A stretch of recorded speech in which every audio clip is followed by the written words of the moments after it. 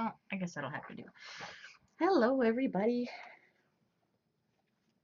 If you're joining me from the YouTube channel, welcome.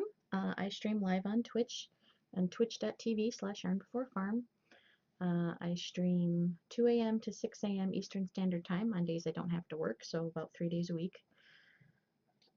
So if you ever want to come out and hang out and watch me live, that'd be fantastic. So we get lots of people in here, you know, just talking and hanging out and asking questions and telling stories. It's all kinds of fun. Today we are finishing up the hats for Ellohime, a unicorn hat set for him and his daughter.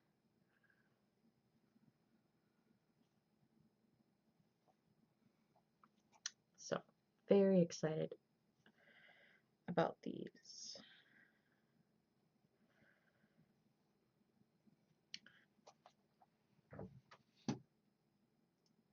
Forgot I have to start rolling.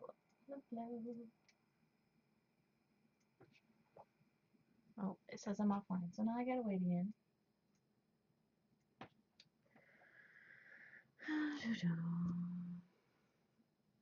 Give it another minute, apparently. Revlobot is my bot that tracks how many minutes you're in the channel, and you earn points for being in the channel, and you can use those points for rewards. And for some reason, when I first get online, it takes a minute. Paracord Pete, hello, good morning. I gotta try starting Revelo up again. It's, okay, there it goes. A second ago, it said hello, and then it said goodbye again.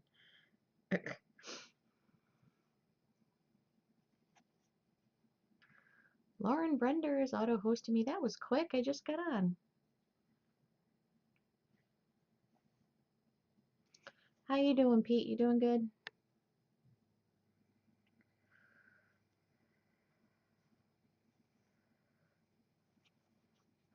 We are going to finish this unicorn hat tonight. See, I'm still complaining. Yeah, I figure maybe if you go rogue or something, I'll worry about it. Doing pretty good. I got a giant bear today. I'm very excited. Vernadelli, hello. Glad to see you too. We were at Meijer and they had leftover giant bears from Valentine's Day. And so we got me a giant bear. I've wanted a giant bear forever, but they're always so expensive. So we got one on clearance. Oh, thank you, Pete, for the host. Appreciate it.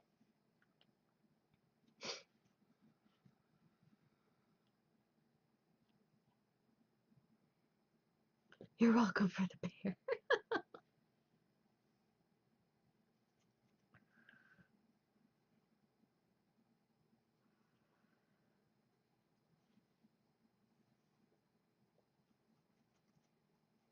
And you know, I had that really bad weekend that I was ranting about yesterday. And so we get the bear all loaded up in the car. And I asked him, I asked my husband, was like, are you just letting me get the bear because I've been sad all weekend long? And he goes, if I say yes, are we going to turn around and take it back to the store? And I said no. And then he said no.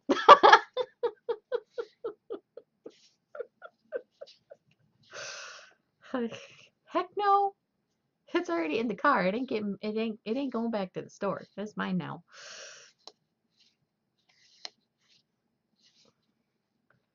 Next turn, Chris is now hosting me. Thank you.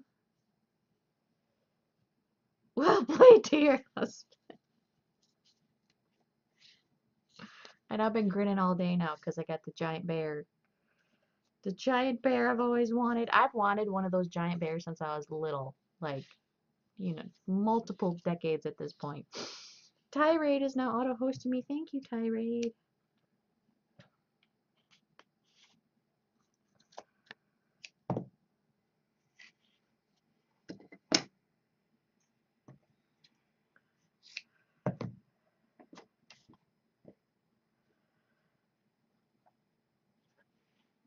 Oh, I forgot to put the... forgot to put the OBS back up so I can see.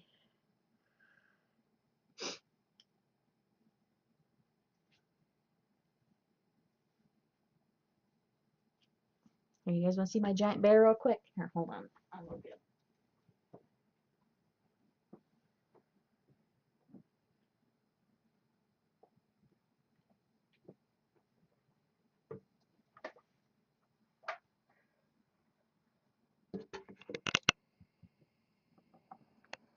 Look how big he is. This is my computer chair. This is the top of my computer chair. I know it's upside down for you guys, but look how big he is. He's huge. He's big enough to sit in my computer chair. Oh, now I messed up my camera. Gosh dang it.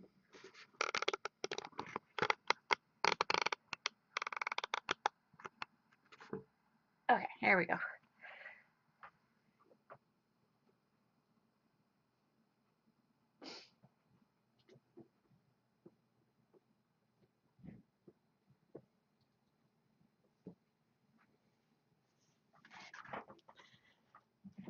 Okay, I'm back. Yeah, I'm 5'3", and if you stand him up, he comes up almost to my chin. So he's pretty big. He's a pretty big bear.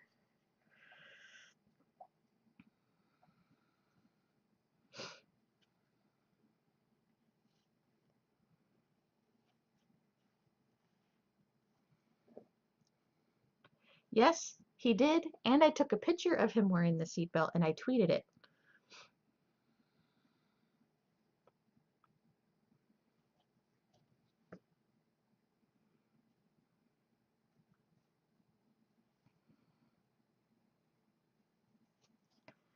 This guy Tristan is hosting me and Rima is hosting me. Thank you guys.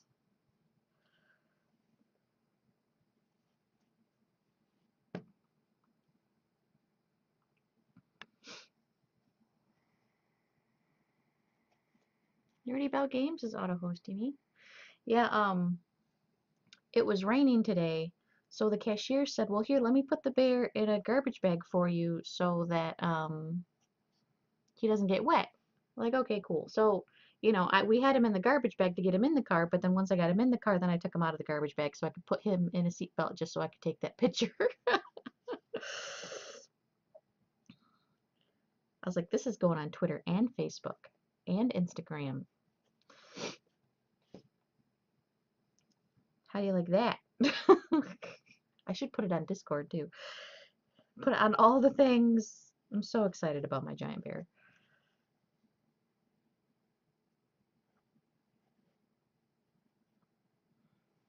So I thought I was almost done with these unicorn hats. These will be 4 that I'll have done by tonight. Alicia and McKipton are now hosting me. Thank you guys. But then my husband's friend came over today, and he's like, "Oh my God, my daughter would love one of those. How much are you selling them for?" I'm like, man, I don't know. I haven't figured it out yet. I'm still. Oh, my timer. Crap.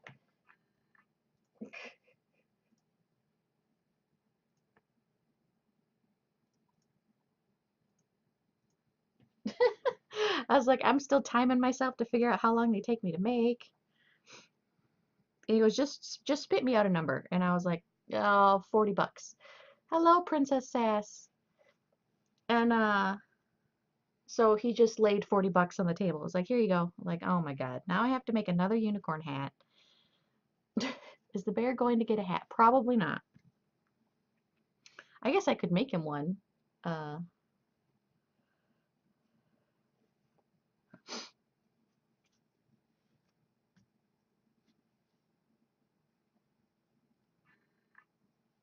But no, he's going to be my new Stevie replacement, probably.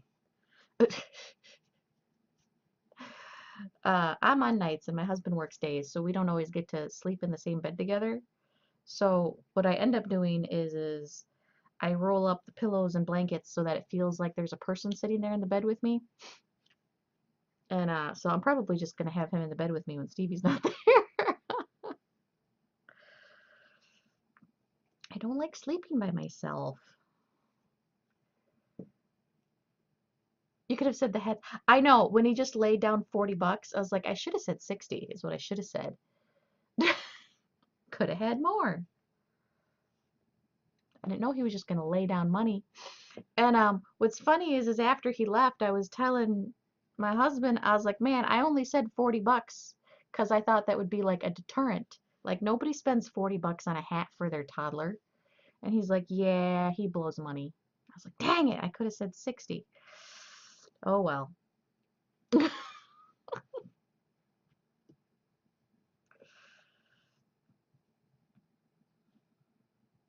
But yeah, they take forever to make and they use a ridiculous amount of yarn.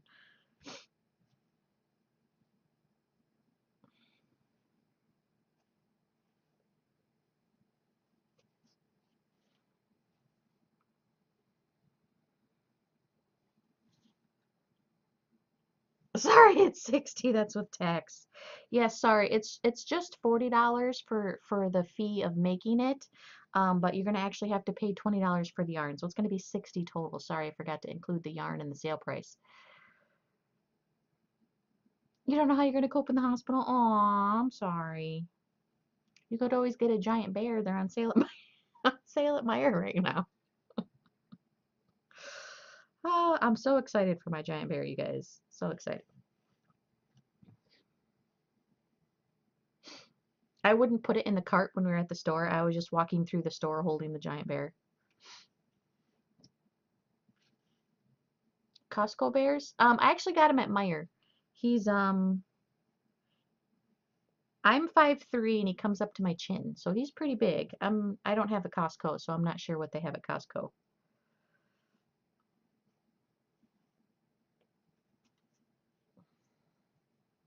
You appreciate me bringing it with me? Yeah, probably not. You also don't want all the hospital germs on your bear. Giant bears are, I'm guessing, are going to be difficult to wash. My cats are all mad because the bear's on the couch and they like don't know what it is and it smells funny, so none of them are on the couch. Even though he doesn't take up the whole couch, he's only taking up one spot. But, you know, still, they're all sleeping on the floor looking at the bear like, get the fuck off the couch.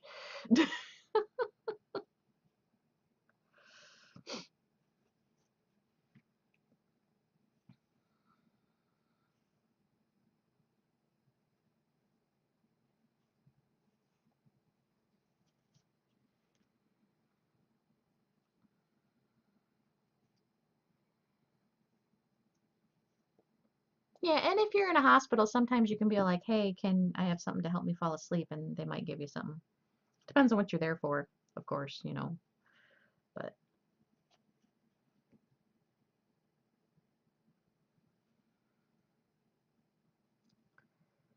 Yarn remember to do the thing she did not. Oh my God, what did I not remember to do? Oh, to unmod you? No, I didn't remember. I didn't. Same height as my sister, and she is 5'2". Oh, okay, so mine's a little smaller than that. Oh, you will be giving birth. Oh, well, then you definitely don't want a giant bear there. And they probably can't give you anything to help you sleep.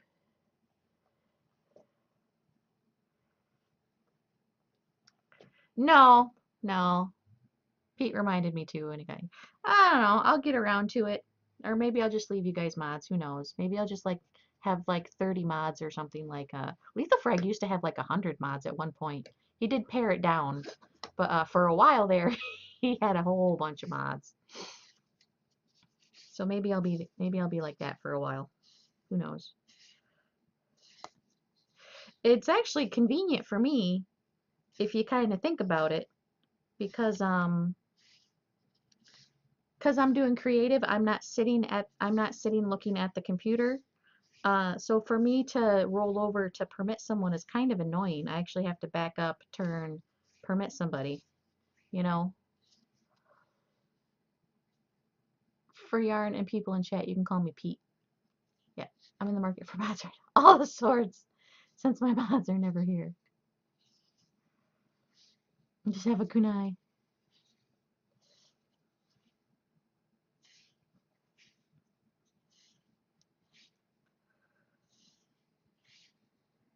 I'm used to most people knowing preggers. I'm pretty sure you told me. I just forgot. Sorry. That night, I think I have a couple people that have been around lately that have been pregnant.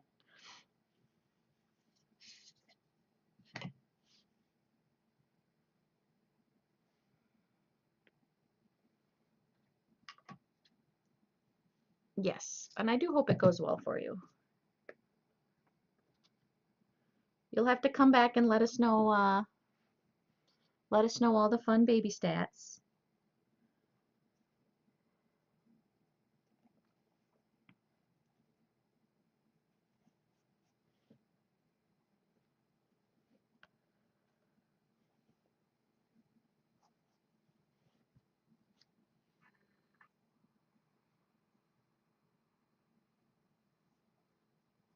It is exciting.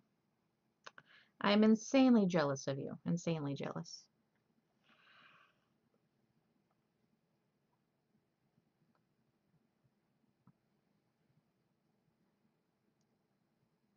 He might get a cheek. Want to see him? I know my sister just had a little girl. God, was it last month? Has it been a whole month already? Man, time flies. Or has it been 2 months? Because now it's April. I don't know. Not that long ago. Uh, Good morning, Elfie McNork. How's it going? And so she keeps posting all these pictures and stuff, and I'm so jealous. Like, I want a baby so bad. Can someone just drop one off on my porch, like in the movies? I'll take care of it, I promise. If anything, it will have really cool crocheted toys and outfits.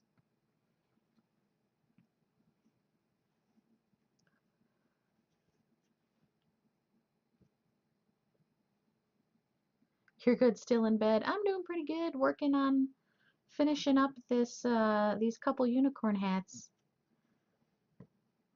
So I'm excited. I won't be streaming tomorrow night, guys, though, because I have the craft show Thursday, and it's 10 a.m. Knitaholic is hosting me, thank you. So, you're free to a good home. I think you're a little older than a baby there, Pete. I was kind of hoping for a baby. Uh,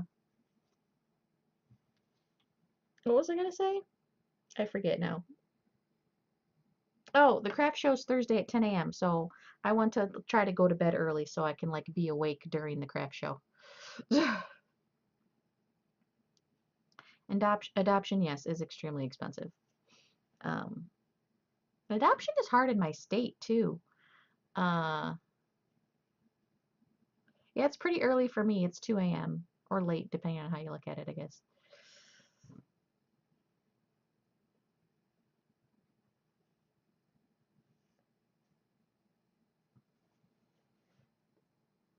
Like I go on the kids that are up for adoption in Michigan. I look at their website fairly regularly, and there's only ever like 20 kids on there at a time. And I know that sounds like a lot, but when you consider there's, a million people just in Detroit, let alone the rest of the state, 20 kids isn't that many.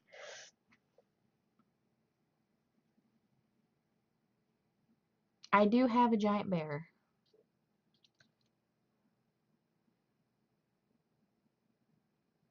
UK hype? You guys have all the cool actors. Well, except for, Jared and Jensen. They're currently in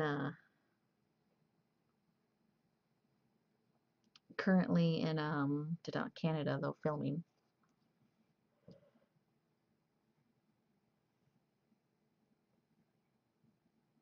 It's a good thing adoption is hard. Oh, I know, I know. It's just really expensive in this state, which is annoying for me. Um, and I don't think it should be like free necessarily. How big is giant? I'm 5'3" and it comes up to my chin.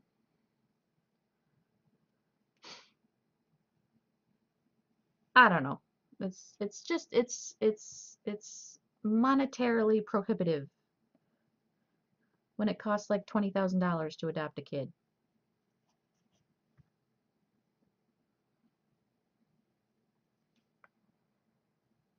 All the doctors plus Sherlock, exactly. Because if I had $20,000, I could get in vitro, you know? And yes, I know raising a kid costs money, but at the same time, it's really frustrating for me, especially at work where there's some people who are getting knocked up with their fourth kid and they've had all of them taken away. And it's like, why is that person allowed to have kids and I'm not allowed to have kids? It just annoys me a little bit. Yeah. No, I think my head is taller than an inch. Oh, I'd have to actually measure my head.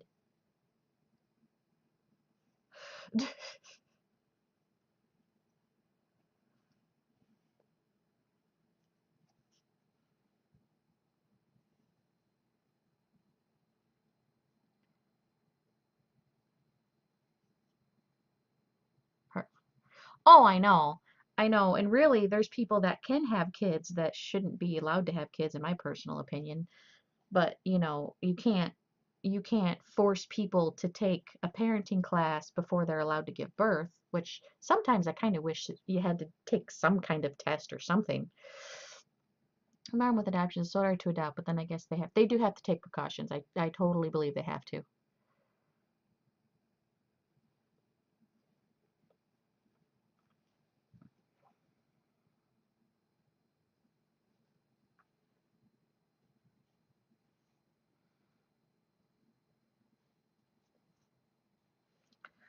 Well, not even necessarily a license, but just like, basic information you should have to know to take care of a kid. Like, yes, you have to feed a baby when they're first born every like 2 hours, and you have to wipe front to back on a girl, and like stuff that new parents don't know sometimes. And some of that stuff you learn in a parenting class or a Lamaze class, but a lot of people don't do that.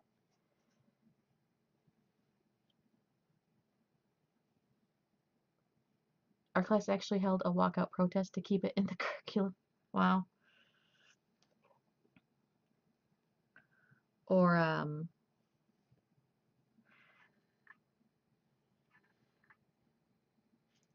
I feel like we should have a how to adult class in high school. Like this is how you have to register to pay your taxes. Oh yeah, a lot of it you learn as you go. Absolutely. I'm not saying you should have to learn anything, or everything, but basic rules. 'Cause I'm in the medical field, so I hear a lot of stories, especially in my area. And then the parents are always like, "Oh, well, I didn't know you were supposed to feed the baby every 2 hours." You're like, okay, either this parent is lying and needs to get the hell beat out of them, or they genuinely didn't know. And if they genuinely didn't know, someone needs to be telling these people.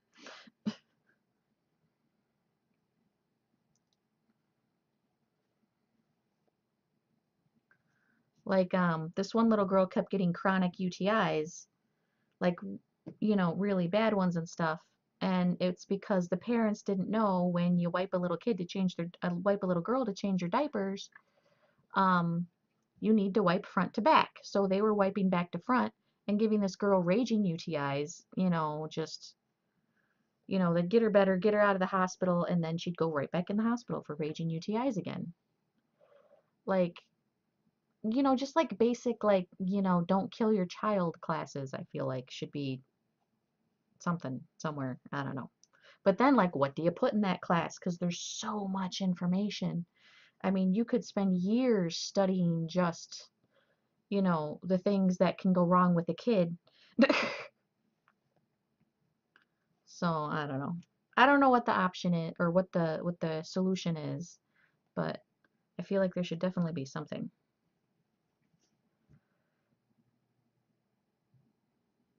And the story that always pisses me off every time I think about it is this one girl had kid after kid after kid taken away from her.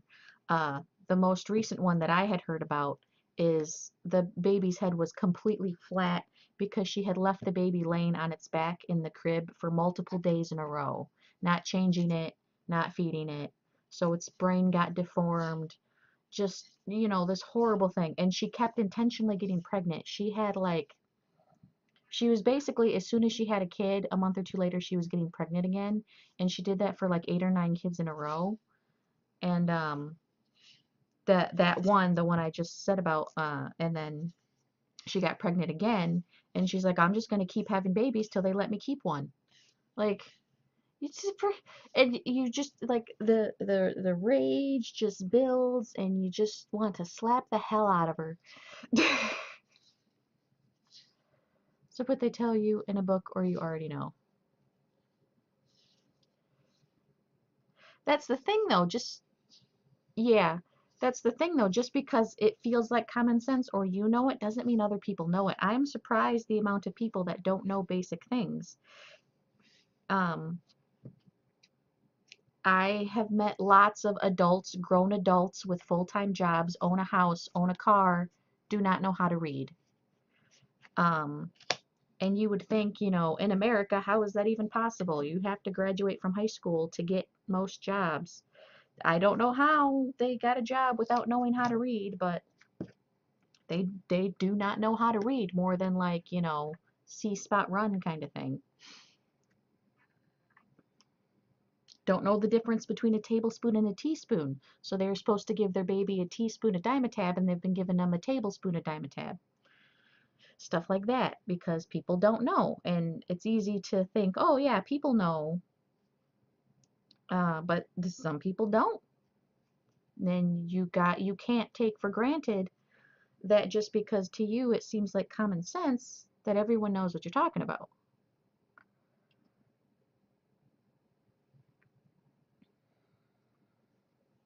Like there's a word for people like her, but it is not Twitch friendly. Oh, believe me, I know. That's why I couldn't work in pediatrics because I wanted to bitch slap way too many parents. Um, I got uh one example. This girl actually got hurt at work, hurt her back, goes into the ER. Um, Nurse says, well, is there anything else, we can do for you? And she says, while I'm here, can I ask you a female question? And the nurse says, sure. And the lady says, I'm having like, I think like a yeast infection or a urinary tract infection or something like that. And the nurse goes, oh yeah, sure. While you're here, no problem. We can get you something for that. She's like, well, so what's going on? And she's like, well, I think it was a UTI, and I know that drinking cranberry juice will make the UTI go away. That's actually a myth. Um, so already the nurse is like, okay, I got to educate her a little bit about that.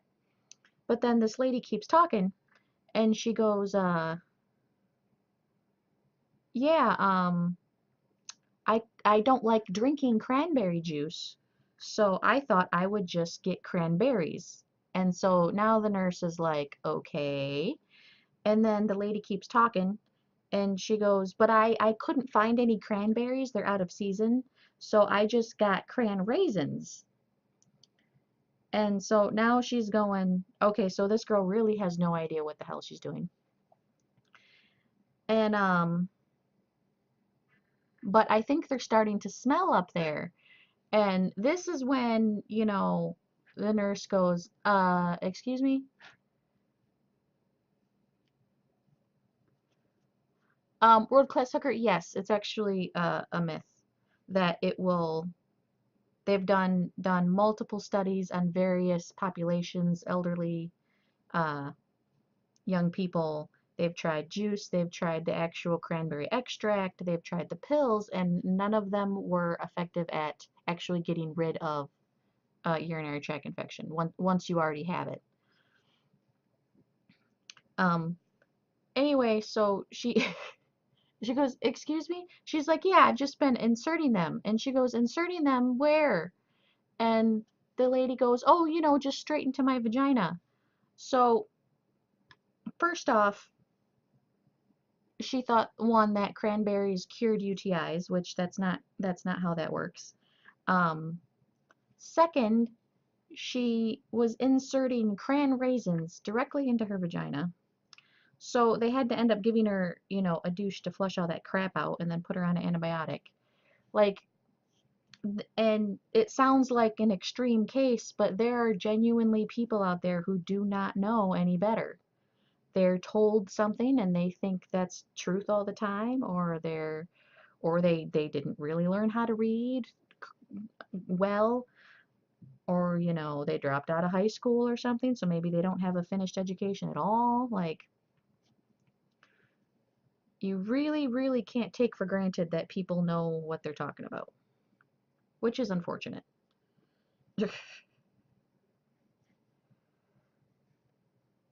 Because that's when you get the stupid frickin' warning labels on stuff. That's like, don't iron the clothes that you're currently wearing. Because some idiot out there was in a hurry and tried to iron their pants while they were currently wearing them.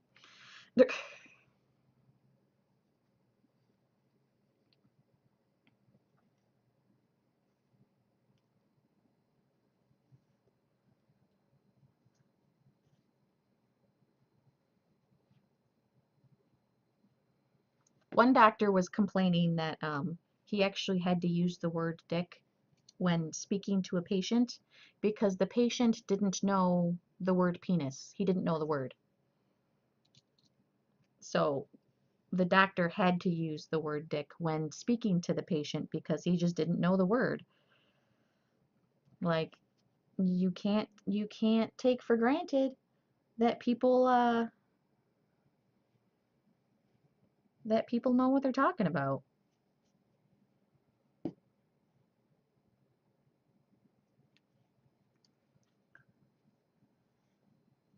Or then, like, even in high school, like, a lot of teachers kind of assume that your parents teach you certain things just by, growing up in the house with them, like, paying your electric bill and how to pay your taxes and what a W-2 is. Like, none of that, I didn't get taught none of that stuff.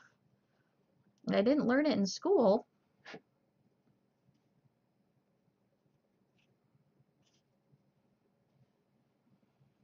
Or that you need a deposit on every single thing when you're starting out. You need a deposit to turn your water on. You need a deposit to turn your electricity on. You need a deposit to turn internet on.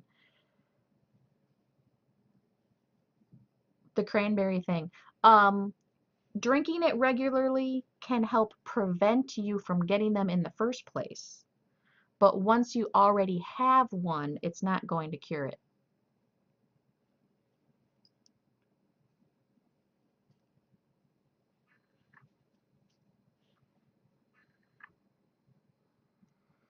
So once you get to the point where you already have a UTI, you probably just need an antibiotic.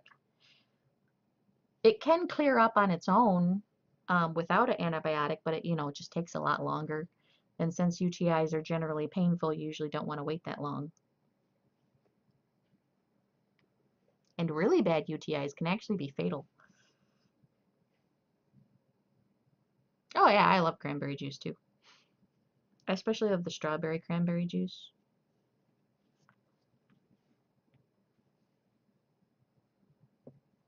But there's tons of stuff for drinking things and eating things. So like cranberry juice and like fruit and like a really high fruit and veggie diet, where you have tons of fruit and veggies, fresh fruit and veggies, will help prevent stuff like that. It'll help even prevent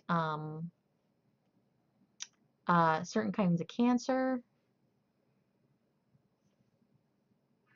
Yeah, and then when you're a baby, when you're pregnant, you have a whole completely different set of rules.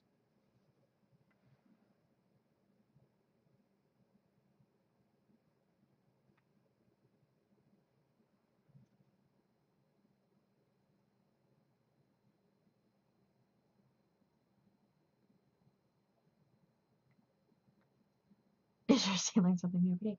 Um, yeah, it was because I work in a nursing home, and it was actually a big deal for us when that study came out, uh, because we had tons of people on cranberry supplements. Uh, so, the doctors tend to keep them on them anyway because, they're not going to take them off a pill. They don't mind putting you on pills, but they hate taking you off pills for some reason. And there's one type of antibiotic that can turn babies' teeth black. Oh, I didn't know that. And that people are better off with probiotics. I know we got a lot of people on probiotics too. Yeah, it can be fatal. You really, really don't want to mess around with them if you don't have to.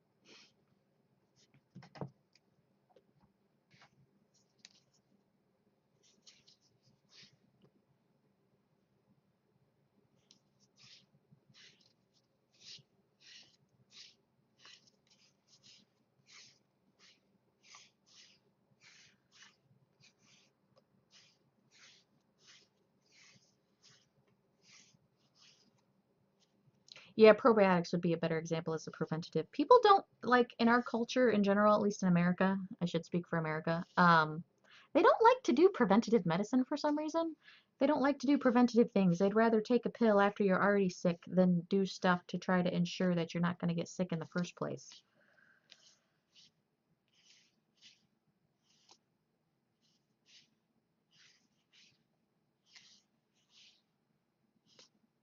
Which I feel like if we spent more and they're like, "Well, why am I going to we are prey to the pharmaceutical industry." We really are. And I feel like people are like, well, I'm not going to pay for something if I'm not sick yet. Yeah, okay, as just like pulling out random numbers. Say you pay $100 on stuff to not get sick. Okay, yeah, it's $100. I understand that's expensive.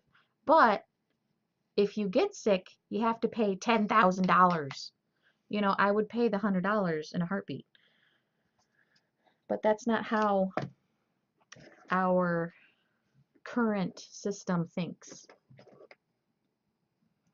But absolutely, do the best you can with what you have now and try to prevent you from getting sick in the first place is a much easier route. It's a much cheaper route. Actually, through foods to provide them, but no, we are a fast food society.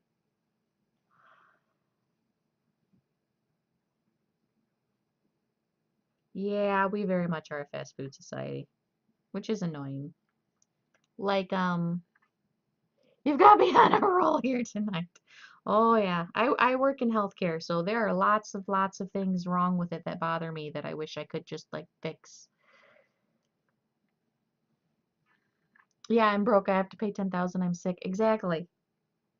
But that's what I mean. Like my insurance company won't pay for won't pay for certain preventative things. Um, but they'll pay for other things, which I just don't understand. Like you won't pay for something to stop me. Are you a nurse, darling? I am a nurse. Uh, y my insurance company won't pay for preventative measures, but they will pay for measures after I'm already sick. So how does that make sense? Because the whole thing about insurance companies is they're trying to save money, right? They want to pay out the least amount of possible. So wouldn't you rather if your goal is to pay the least amount of possible for your patients, wouldn't you rather pay for preventative care than not?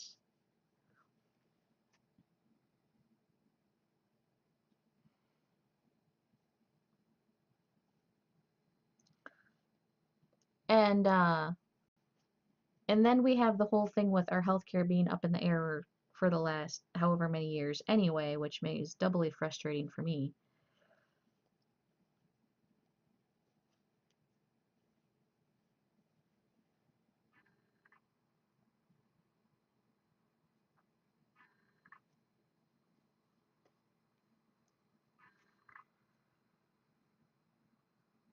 Are struggling, it will get to the point where we will need health insurance. Aw. Yeah, I pay a lot of money for to visit my doctor. I pay a lot of money for my medication. I pay a lot of money for my husband's medication. Like, I have a full-time job and I have insurance, and some people would consider it good insurance. But even having quote unquote good insurance, I still pay hundreds and hundreds of dollars a month to get, basic medications and doctor visits. It's kind of insane. Not to mention, I pay $300 a month just to keep the insurance. So, it's expensive.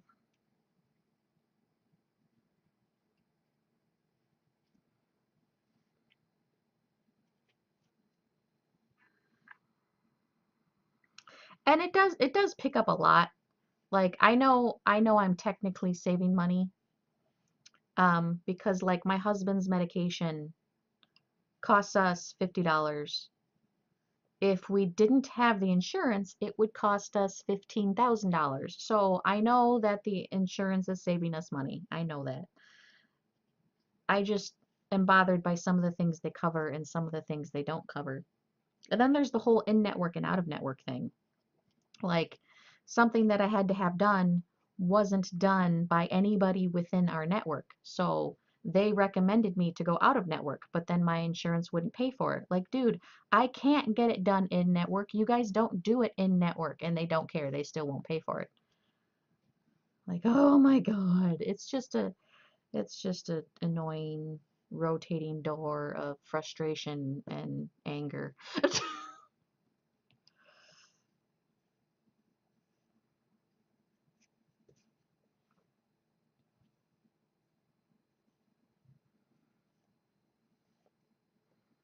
And then you have people who don't understand the healthcare system, don't understand how healthcare works, don't understand the people that work in healthcare. These are the ones that are changing the laws all the frickin' time.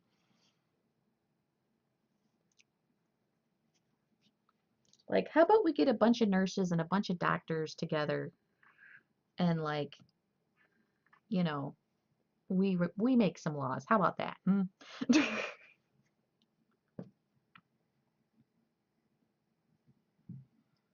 Wouldn't that be cool? I'd love to make a law.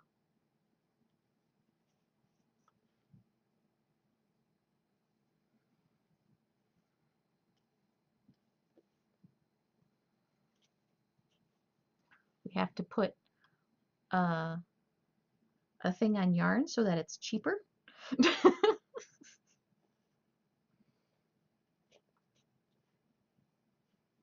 I should be allowed to have chickens in my yard.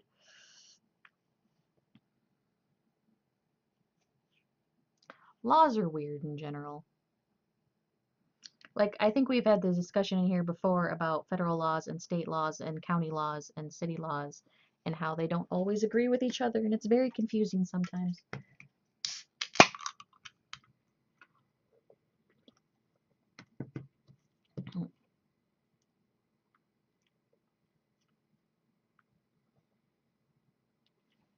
My dad texted me. Ugh.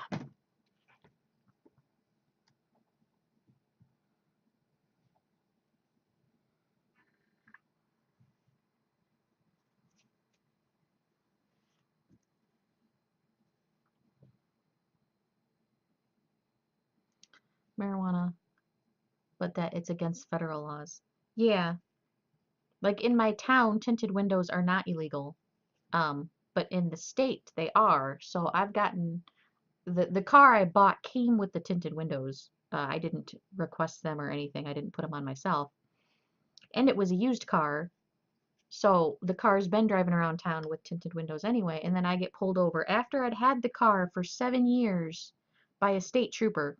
Like, how long have your windows been tinted? I don't know, like 20 years. Yarn for president. Yes, I will run for president in 2020.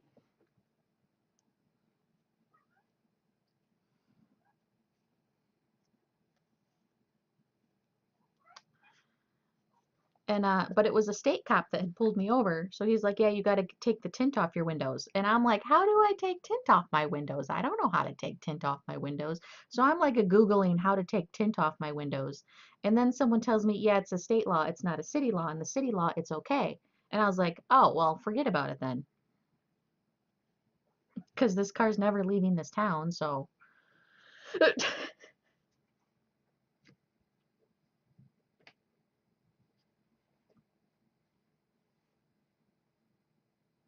I don't have that car now anymore anyway, but at the time the car was like 15 years old. Like you're telling me this car's been driving around this town for 15 years. 7 of them by me. And you're just now telling me I can't have tinted windows?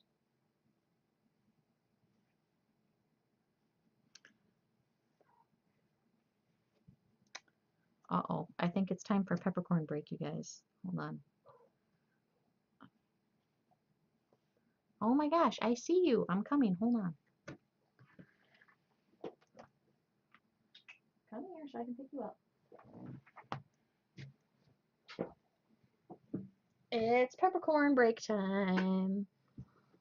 Peppercorn break time. Get your peppercorn. Say hi to the people's peppercorn.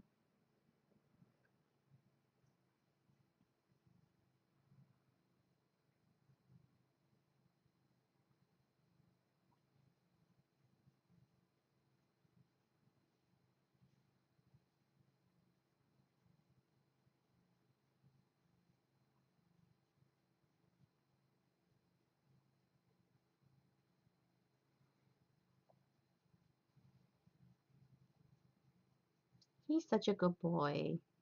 Spoiled rotten, but good.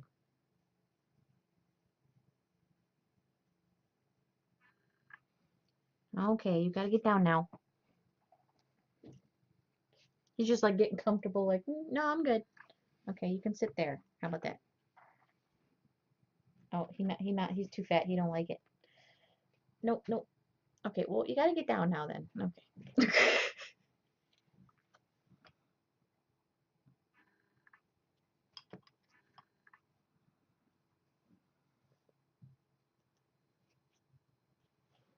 The peppercorn breaks though are padding the time of how long it's taken me to make these.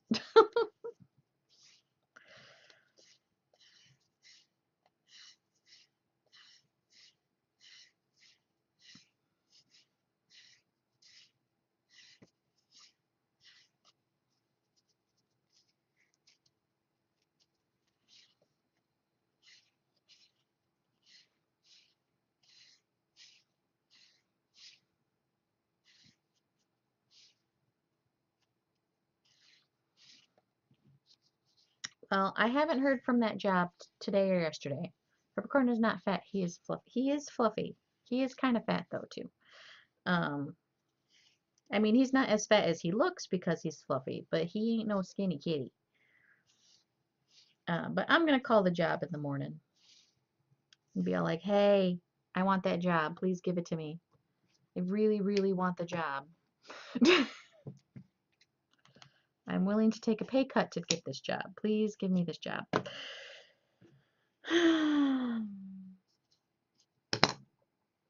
Or I'm going to end up being sad.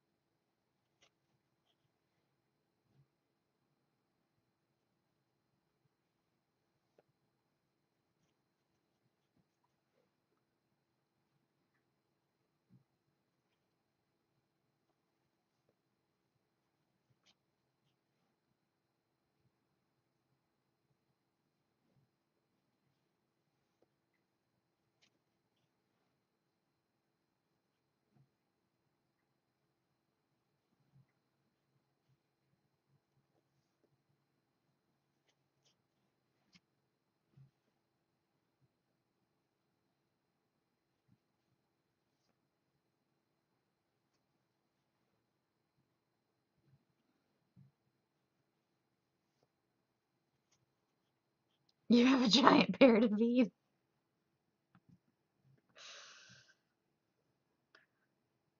Well, hopefully you don't eat much.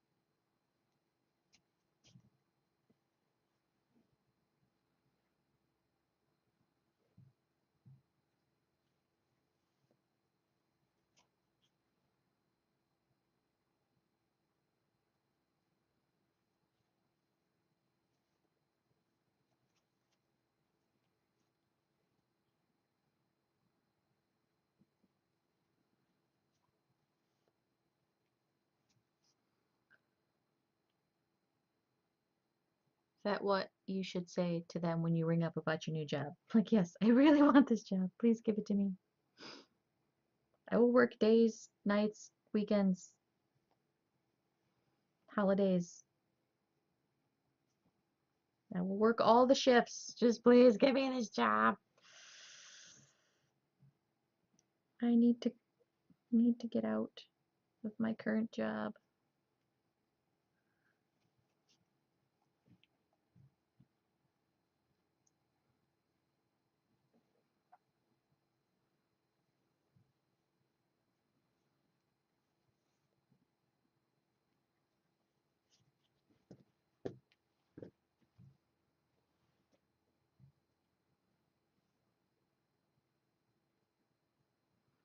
They already know I'm willing to take a pay cut though because their starting wage is less than what I'm currently making, and I already told them I'm okay with that.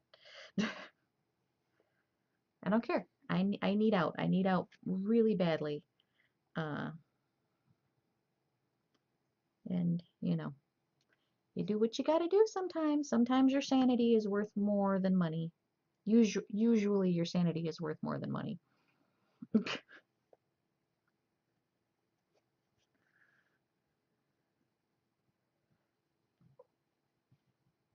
It'd be nice to have both. That would be nice. Sometimes I don't think that's an option though.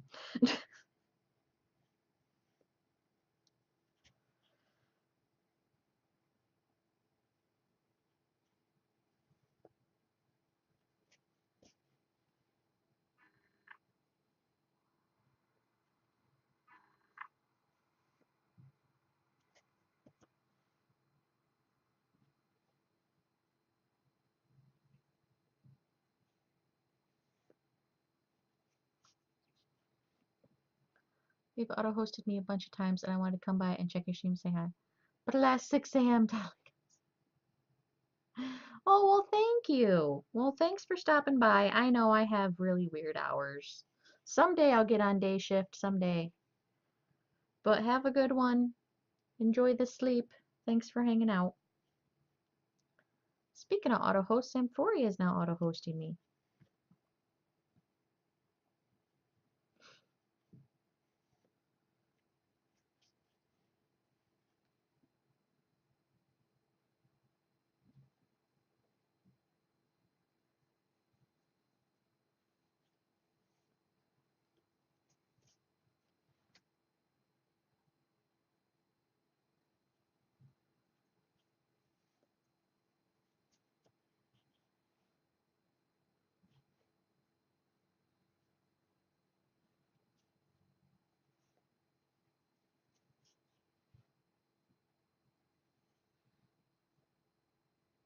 Although at 6 a.m. I will still be here. If you're in my time zone. I go 2 a.m. to 6 a.m.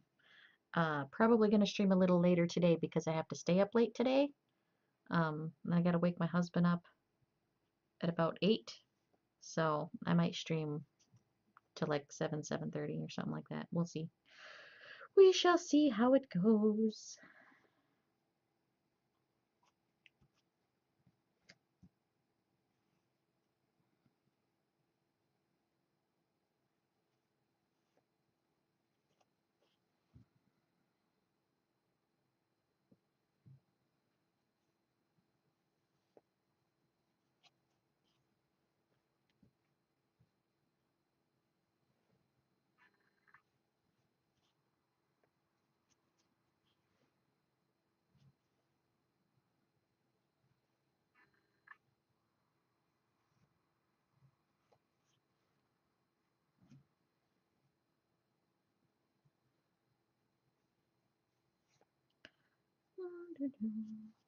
Well, we're on the last color on the last hat. I'm very excited. Just get this blue done. And then I do have to make another unicorn hat, but I ain't gonna start working on that one tonight. I'll do some other stuff first. But maybe I'll work on some more pom-pom uh hair clippy things.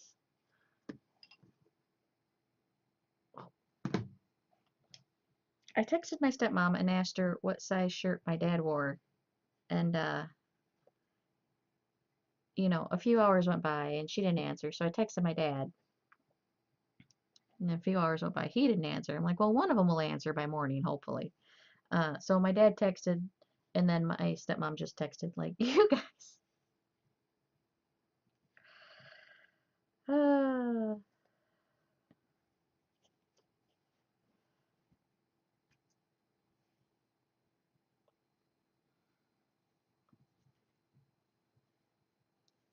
Took them long enough. Holy crap. That was hours ago.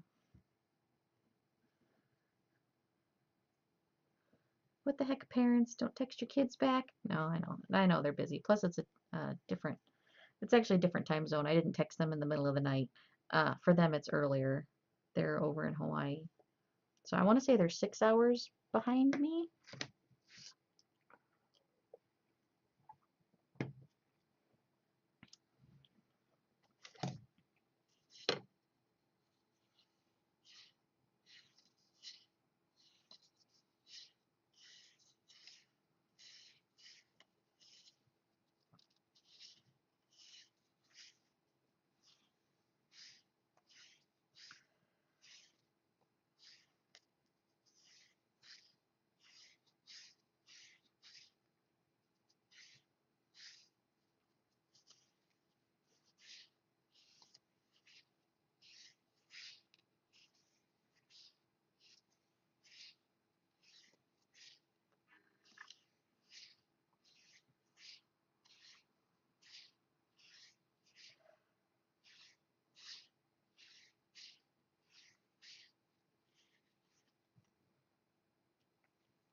So, my husband's friend has a garage with like an upstairs in it, and he's gonna clean it out and set up tables and stuff. And his mom is going to teach painting classes out of um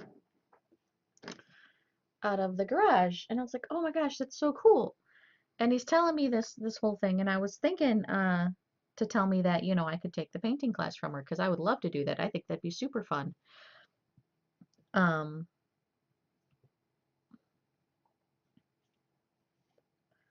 but then he goes, yeah, and if that works out or whatever, uh, maybe you could do like a once a month how to crochet class. And I was like, oh, that's a good idea.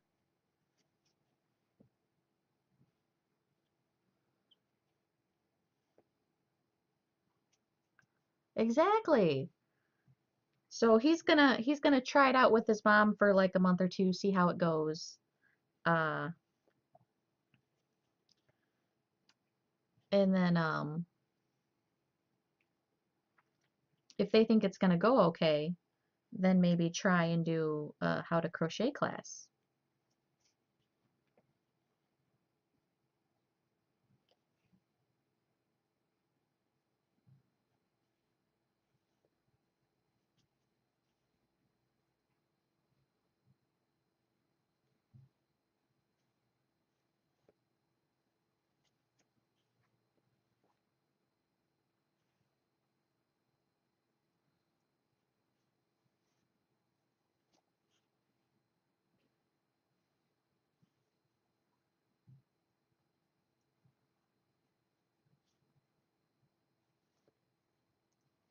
I would just have to figure out how much to charge because I'd have to have all my own needles and hooks and stuff. And I would have to have a whole bunch of the same size hook so that we could all be doing the same project. Or part of the class fee is you buy a kit that comes with the hook and stuff. I don't know. But it'd be pretty interesting. I'll have to like think about it.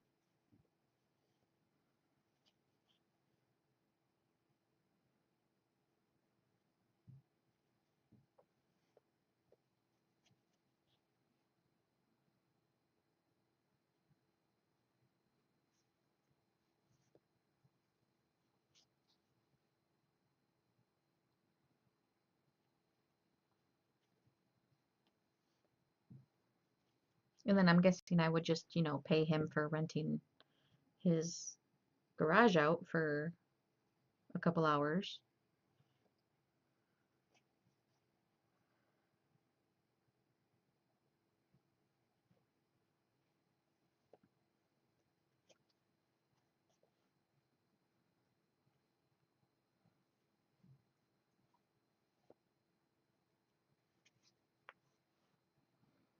I actually had thought about doing that before at the library because our the library in my town has a big conferencey room area that they rent out to groups and stuff sometimes.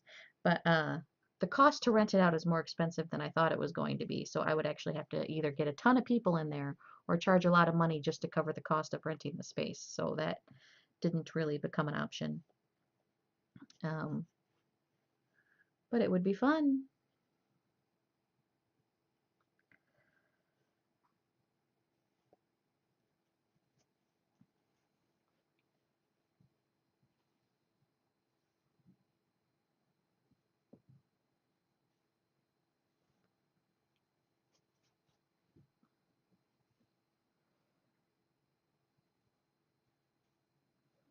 Come up with some easy project that you could get, you know, done with in an hour or two.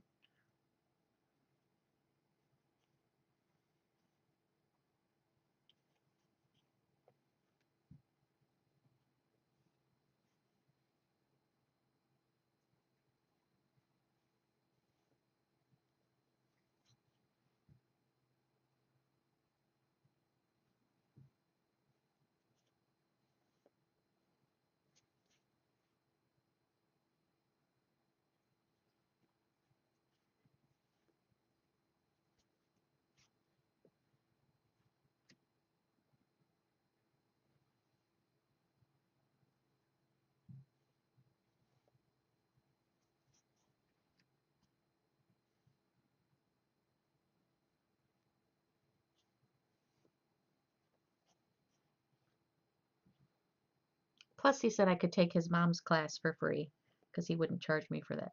So I was like, ooh, so I get to take a painting class for free. That'll be exciting.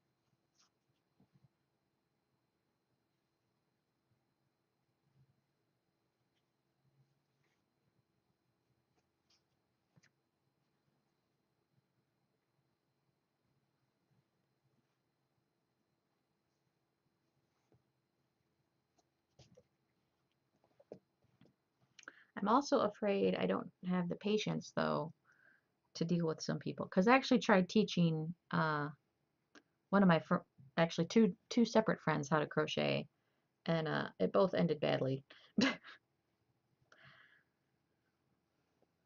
I had one friend I tried to teach how to sew. That ended very badly, but she's also, extremely stubborn and was going to break my machine, and I was getting upset because she wasn't listening, and I was afraid she was going to break my machine.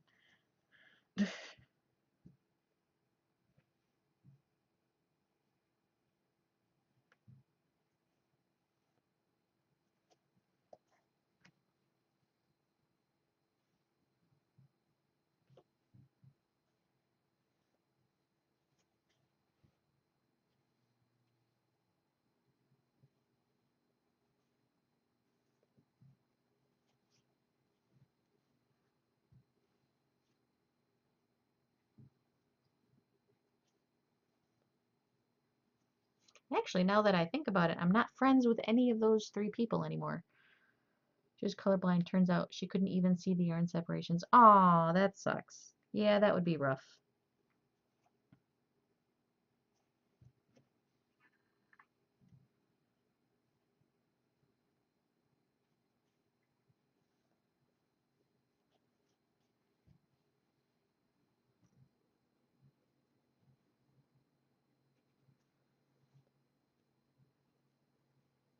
Or then someone was like, I want to learn, but I'm left-handed. And I was like, yeah, you're gonna want to try someone else. Sorry.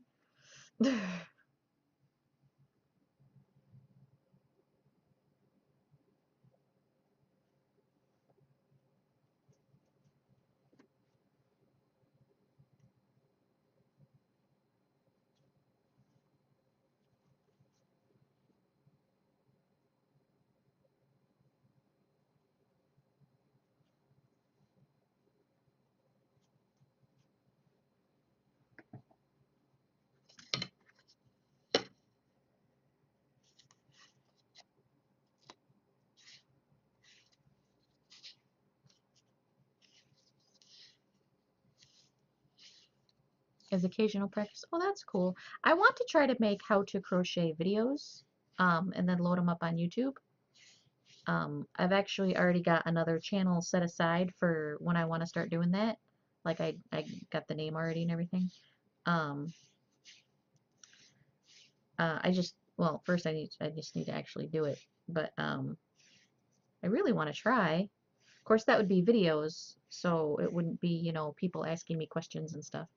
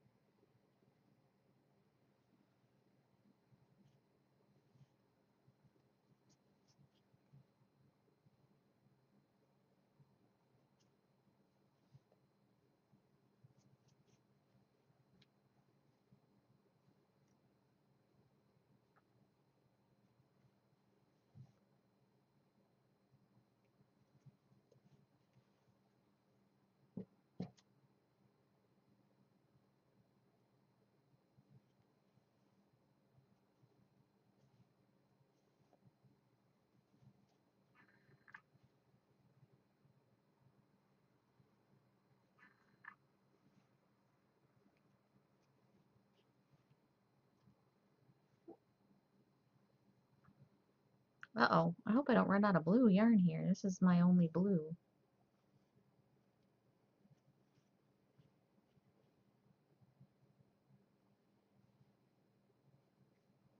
I'm gonna be really mad if I get to the end and then I have to go buy more blue yarn. Like, I have lost yarn chicken. I lose yarn chicken on a regular basis. I don't know if you guys are ever better at yarn chicken, but I am not good at yarn chicken.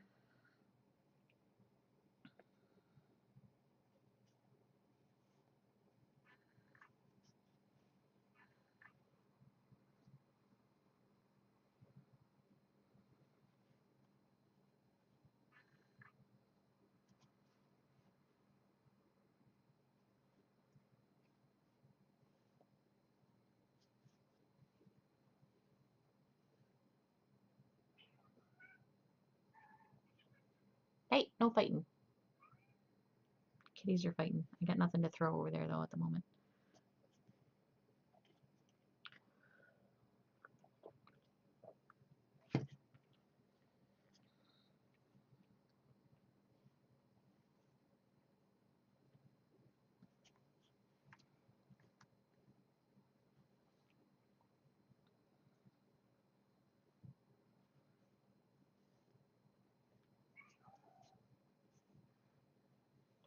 Fuzzy.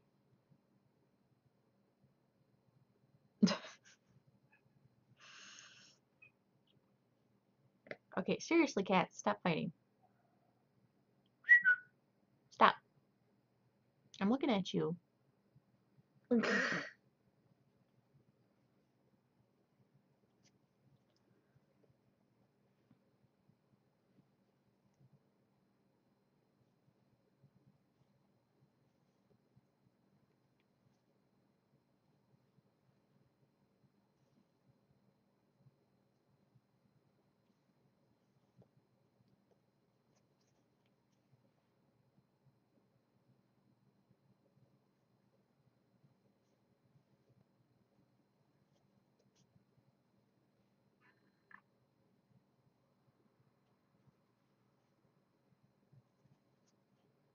Just every time you say the word.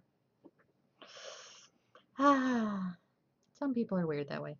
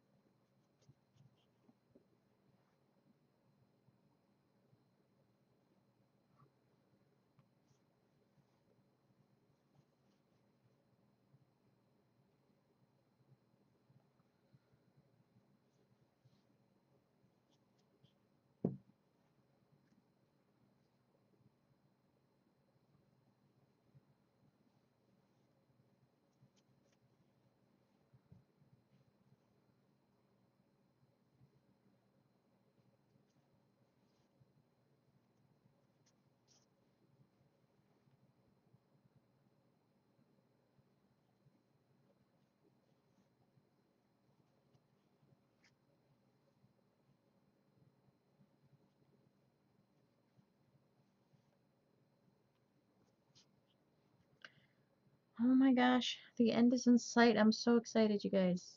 So excited.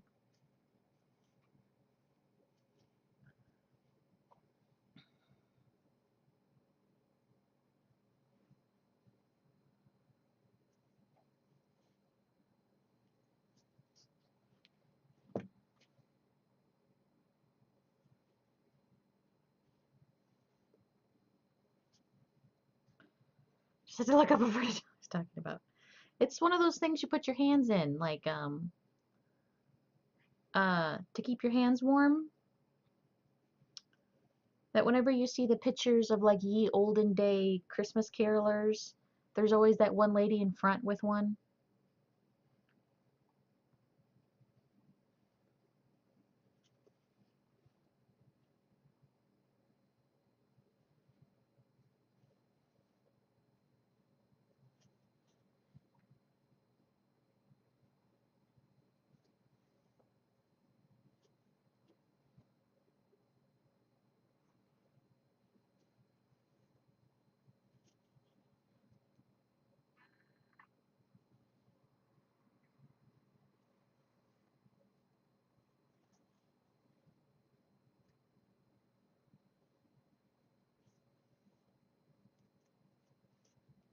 So it doubles as a small purse. There you go. Oh God, I'm gonna run out of yarn, you guys. Believe, pray to the yarn gods that we have enough yarn.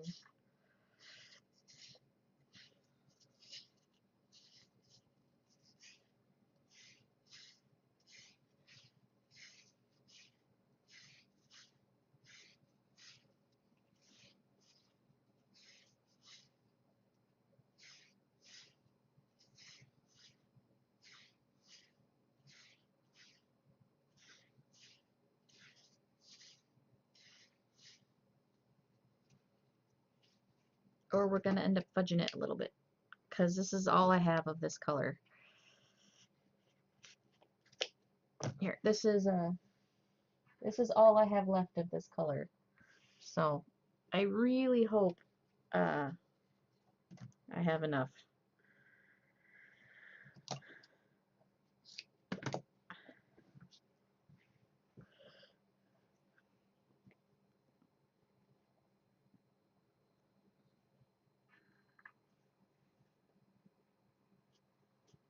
You got this.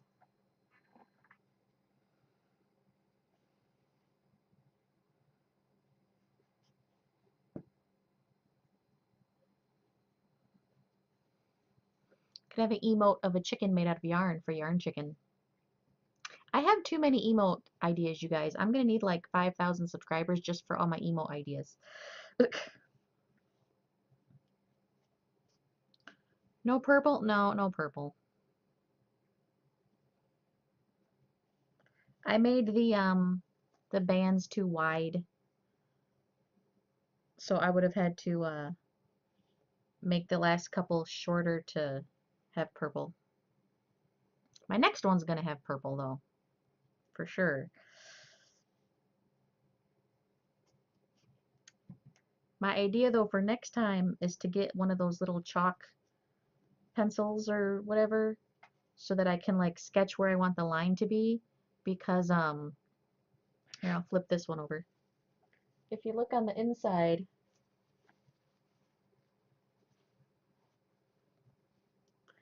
my line wiggle waggles all over the place. So I feel like if I had like one of those chalk pencils or whatever, I can just like draw a line and I can just stay within that line easier. And then I can draw lines across to separate it so that I can get all the colors in. Like this one, I probably could have squeezed purple in the last few rows. But when you turn it inside out, it looks kind of funny.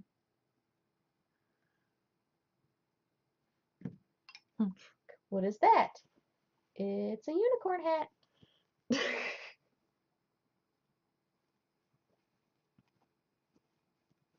And actually I have to trim this up a little bit so that it's not completely hanging down.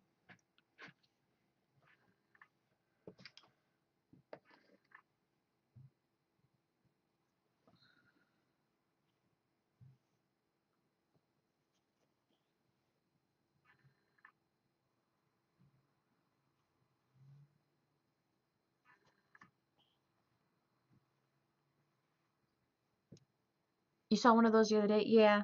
And actually, I thought about like, I wonder if I could just use chalk, just, like dollar store chalk or whatever.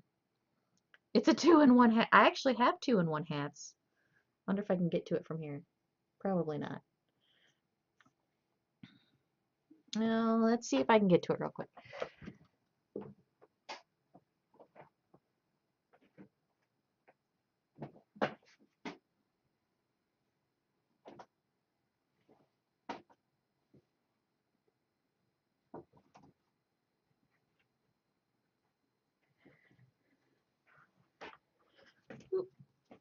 Okay, so it's a yellow hat with a cool pink and purple and yellow brim, or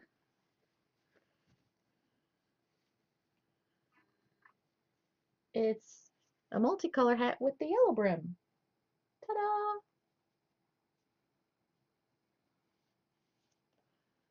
So you can have a hat for any occasion.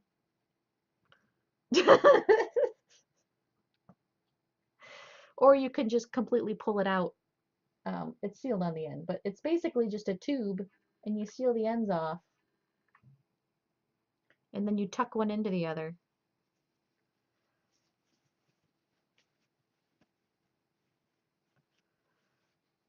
I don't know why, but for some reason I like the yellow hat with the pink brim better.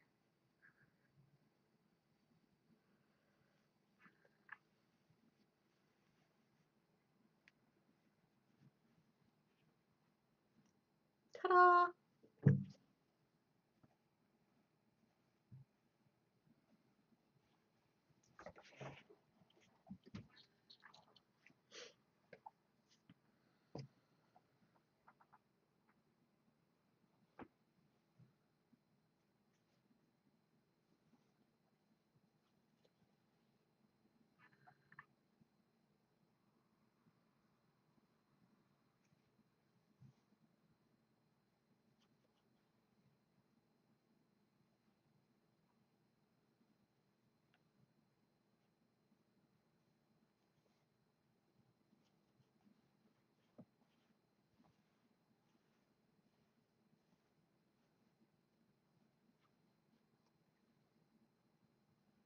I have given you ideas. Oh, copyright Yarn Before Farm 2017. No, I'm just kidding. It's actually not my idea. I stole it from someone else.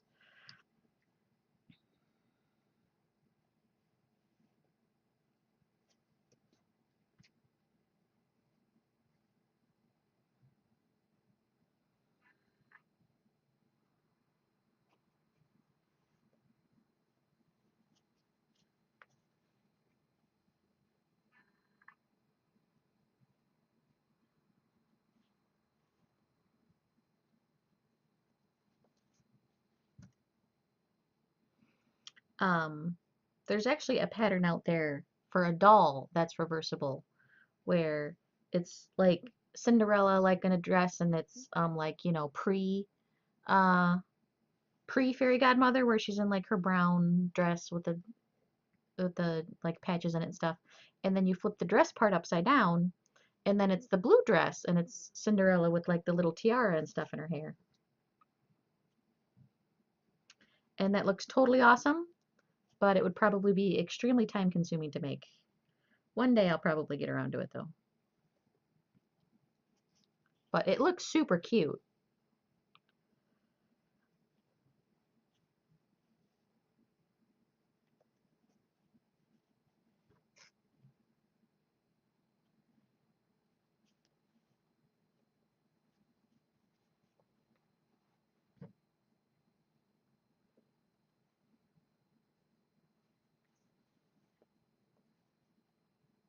And actually there's one that's like a princess, but you fold the skirt up, and the way the crown and the dress goes, it looks like a flower. And it kind of reminded me of that new Zelda, Breath of Wild, with that chick that, yeah, she springs up out of the flower. Kind of made me think about that. There's tons of stuff you can do with crochet. Like sometimes I'll just type crochet into Google and go in the images tab. Push me, pull you, Cinderella. Yes. Uh, I'll now just scroll down the images tab just to look at ideas and stuff.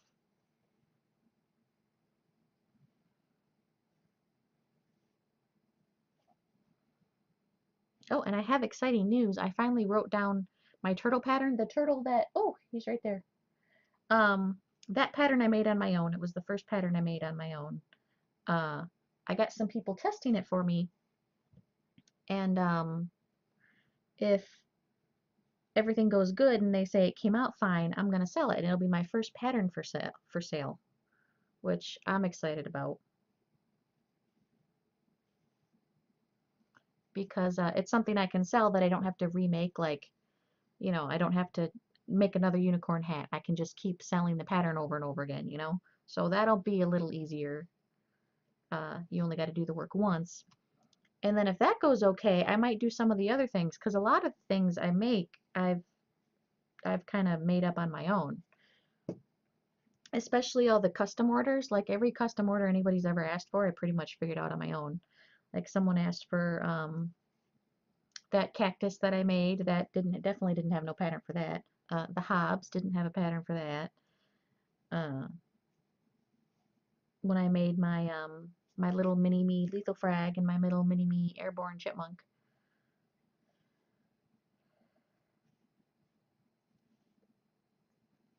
Yeah, we might run out of yarn here, guys. Let's see. Let's use the rest of this up. We'll see what happens.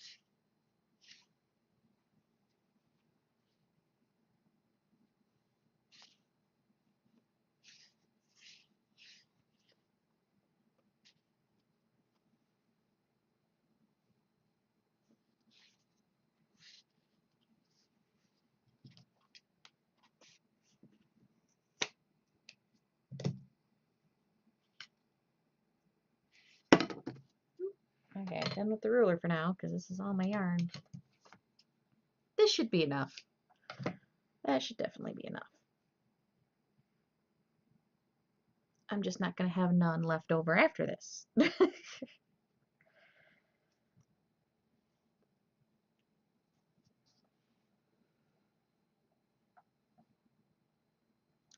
So, but after I am done with the unicorn hat here, I was thinking of working on maybe some more poofball hair clips. What do you guys think? Anything you guys want to see? Also, eggs for Easter since Easter's coming up, and this is my only craft show before Easter. So I thought maybe I could make some eggs real quick.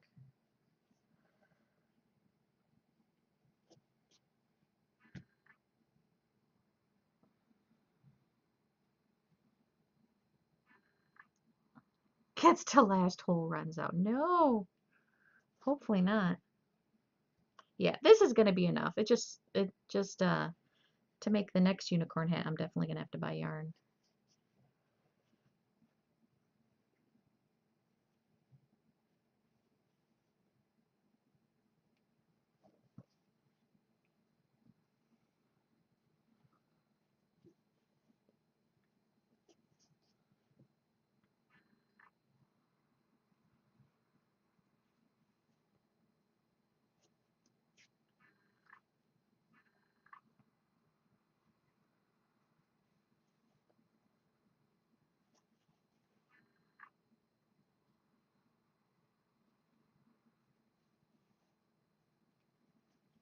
This is so much yarn to put on these hats, though. Oh my gosh.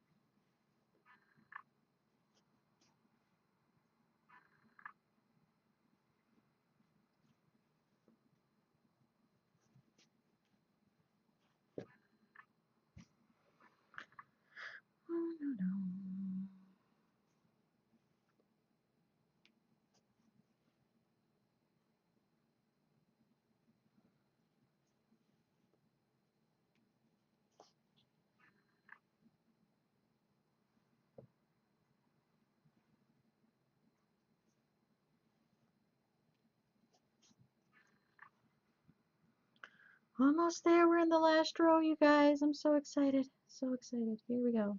We're getting there. We're almost done. I feel like the final countdown should be playing in the background. It's the final countdown. Doodle-doo-doo. Doodle-doo-doo. Doodle-doo-doo. Doodle-doo-doo-doo-doo.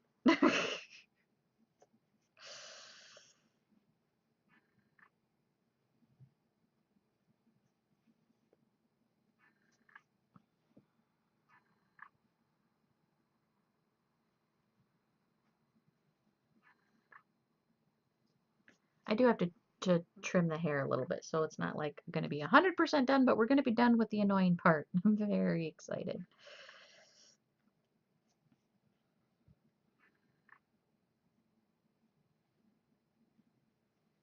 Whew. It is going to be close, actually.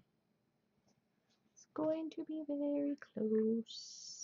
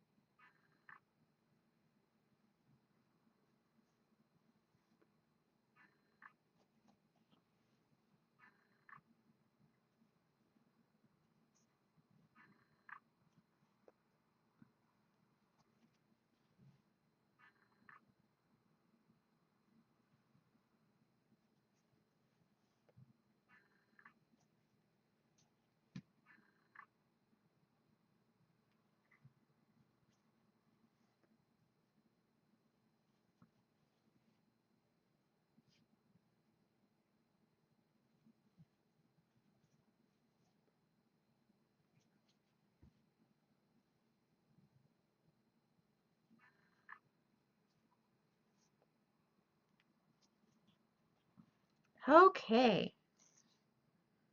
And that's it. This right here is all the blue yarn I have left total.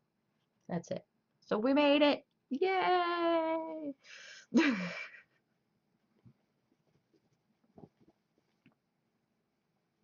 Yeah, this one you can definitely see the wiggle more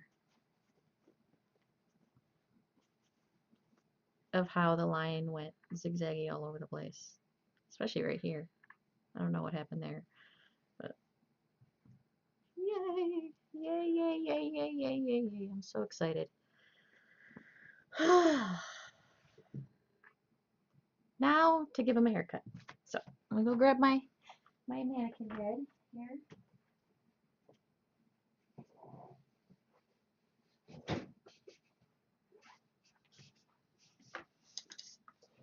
We did it, everyone.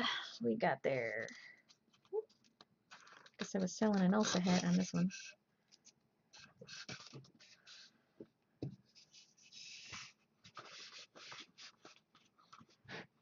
Are you gonna? Yeah, you're gonna be kind of close to the camera.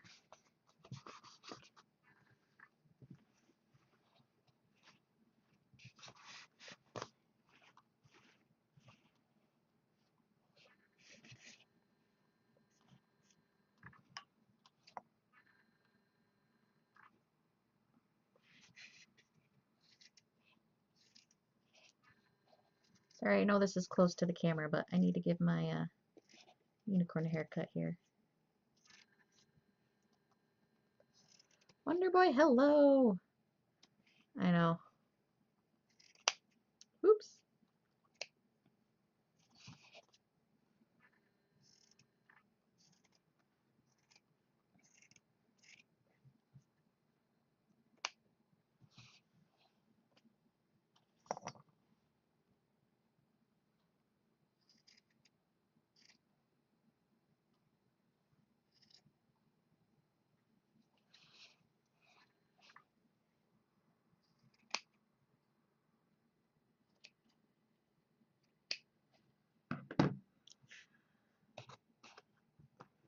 Okay. Now,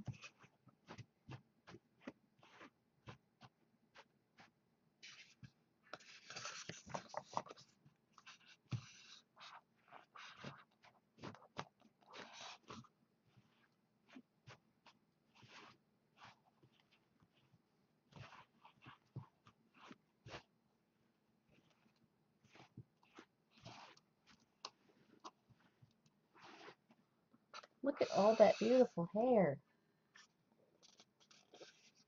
And there, got a little haircut. Or up top. Okay. That's a lot of yarn. We're in the final phase of our unicorn hats, Wonder Boy. I'm very, very happy.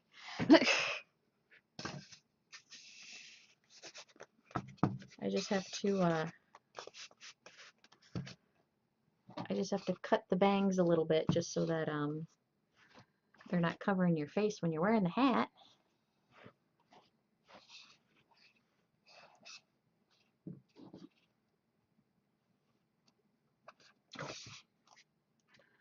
And these are very top heavy.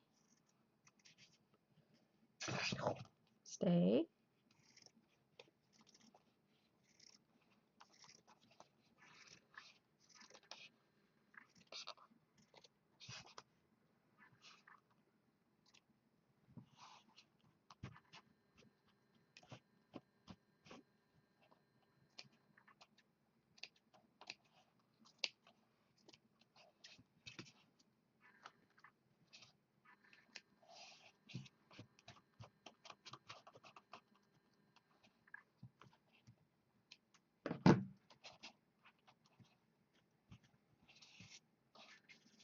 Okay.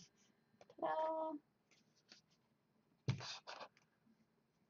Looks more back heavy. Yes, that's what I meant. Sorry. Thank you. Very back heavy.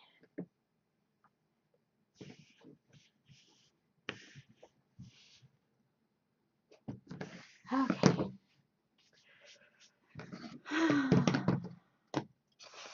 Finally done. 12 and a half hours, you guys. 12 and a half hours. Holy crap. Stop the timer. That is insane.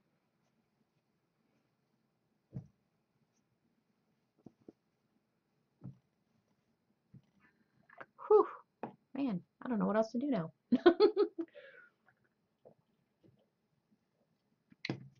It has been an adventure for sure. For sure, for sure. I know. Look at that beautiful hair. Yeah, it would have been nice to squeeze some purple in there. Then it would have been all the colors of the rainbow. Make more hair clippy things. Yeah, that's probably what I'm going to do just because they're small and easy. And the craft show's tomorrow now, so I want to squeeze in as much stuff as I can. Just where's my hair clips? I need the hair clips themselves to glue them to. I would have it done in 5 hours. You would have it done in 5 hours? Make Pokeballs? I could make a Pokeball. Where's my hair clips? I gotta find my hair clips. 1 second, guys. Where's...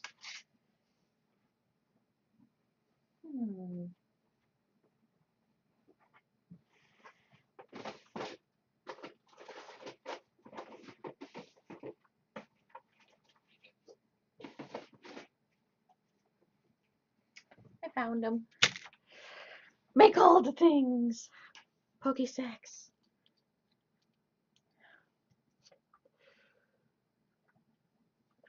Yeah, I'm gonna try making more hair clips for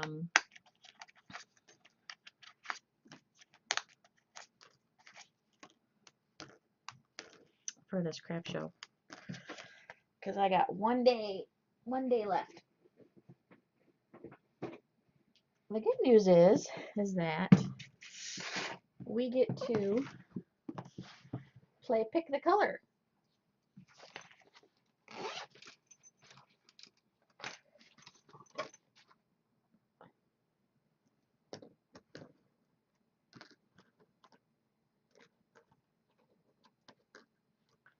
Big triangles, squares.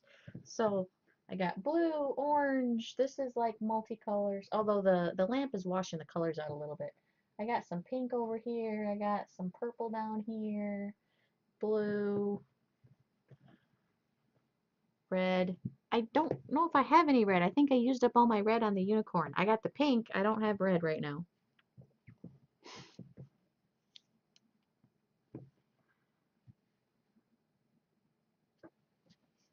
I gotta get my chair. Where's my chair? My other chair, not the other. Not that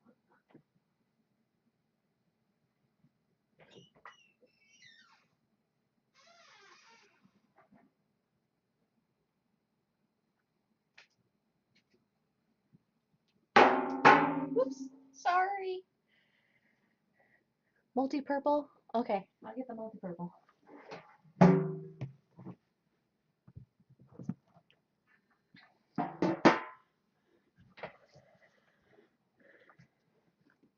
Here. Oh, my camera's messed up again. Must have bumped it.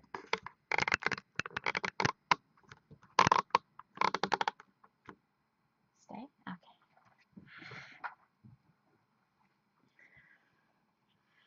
Okay, so when we're done with this one, someone else is going to have to pick.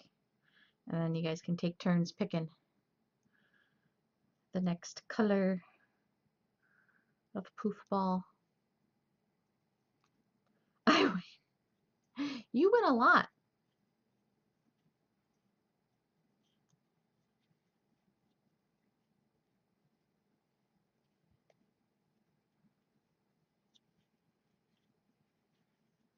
Oh crap, that reminds me.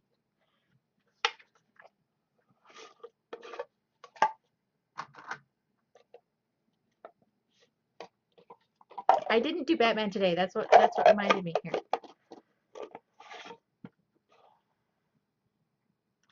Okay, we got Batman.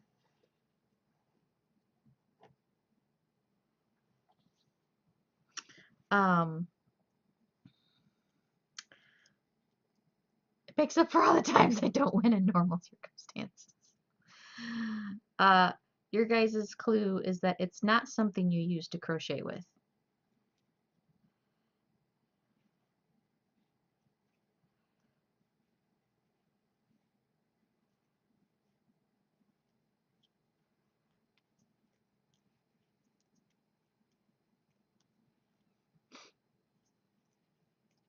Needle? Nope.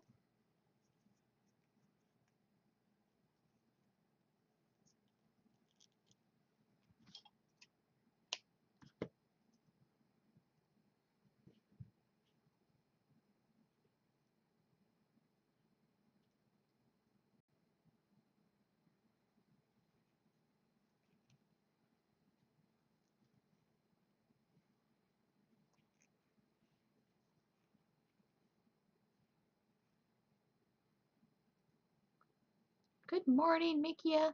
Magnifying glass? Nope. Stethoscope? Nope.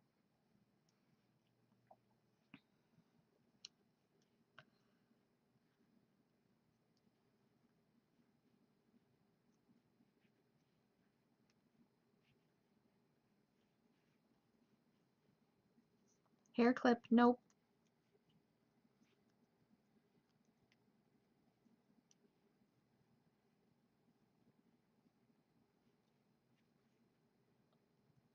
Spoon? Nope.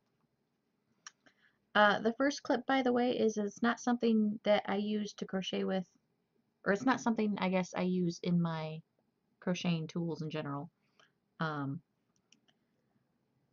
Good morning, first time here. Well, welcome, Yako.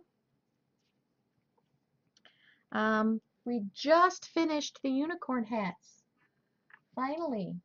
They were a 12.5 hour project, so I'm very excited that they're done finally. But right now we're playing the Batman game. I put an item in the Batman, and then whoever guesses it gets 20 bonus skeins. Skeins are the currency that you earn in chat for hanging out, basically. Lego. Nope, not Lego. Oh yeah, I need my little scissors for this. But the first clue is it's not something I use to crochet with. Stick. No. You are allowed to ask yes and no questions, by the way. And then I guess I'll give you another clue of it has been seen on stream before. Hippie of the Northwest is now hosting me. Thank you. Wild Gift and Amethyst Gen also. Candy. Nope, not Candy.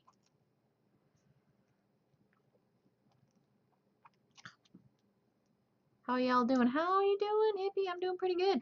We just finished the unicorn hats. I feel like they should be on stream just because it took me forever to do. Here, we'll scoot Batman over here. We'll put you guys over here. 12.5 hours, Hippie. Is it round? Yes, it is round.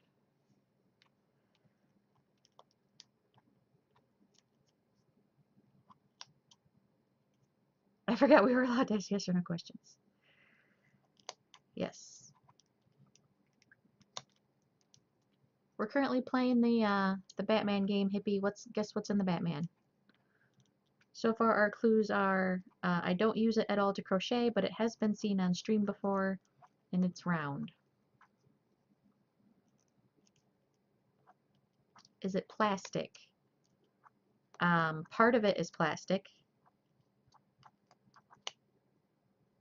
Jelly beans, nope. Coaster, nope.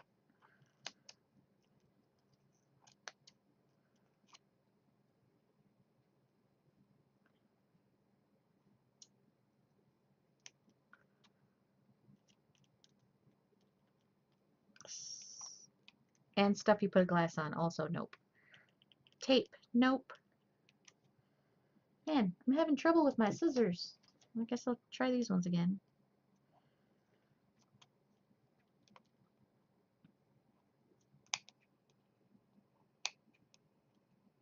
Is it a ring? Nope.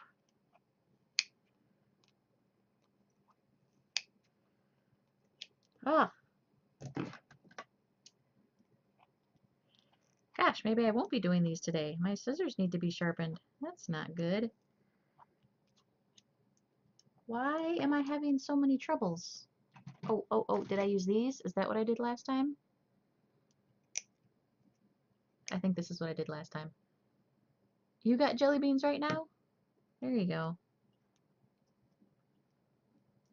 A box with a plastic lid. No.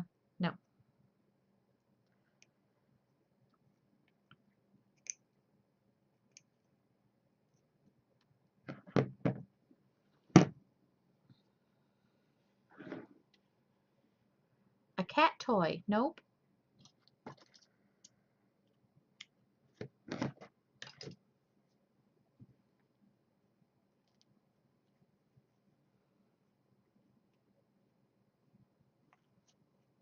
Bouncy ball. Nope. Not a bouncy ball.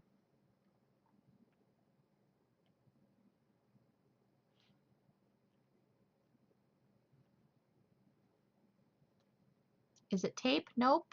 Someone did guess tape already. Not tape.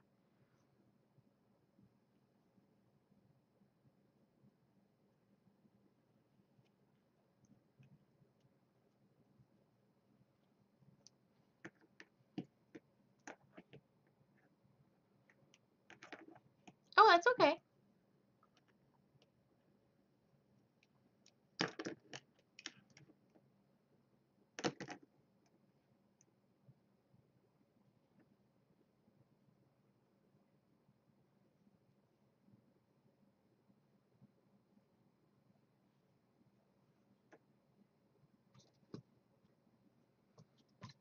Is it a lid? No.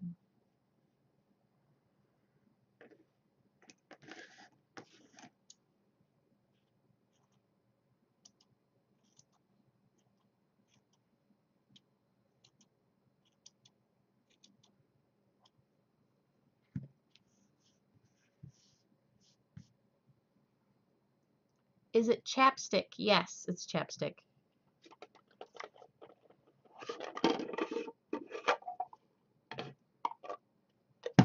It's my EOS chapstick.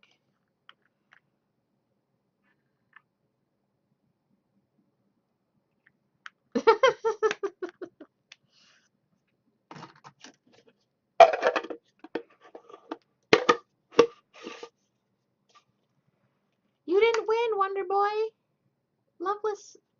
Lovelesses. I can never say that. One. Did you say chapstick way earlier and I totally missed it? That's entirely possible. No, but you said jelly beans twice. Nice try, though.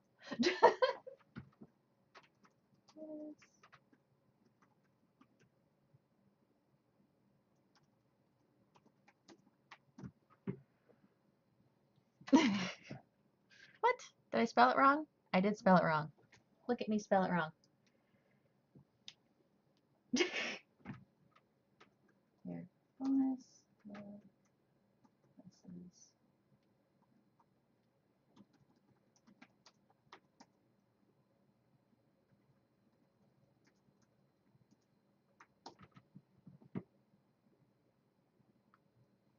Did I spell it wrong again? What did I say?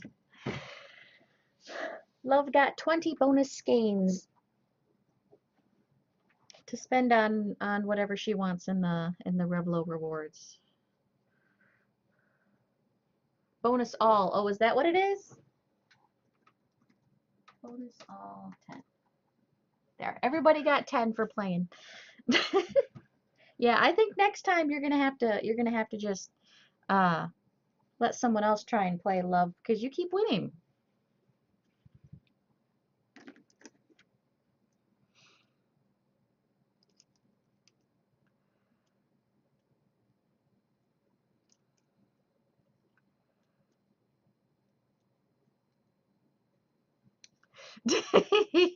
You don't have to be sorry.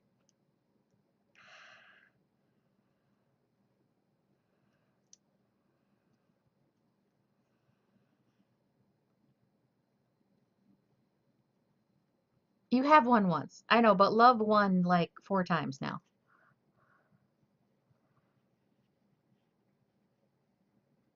Like I said,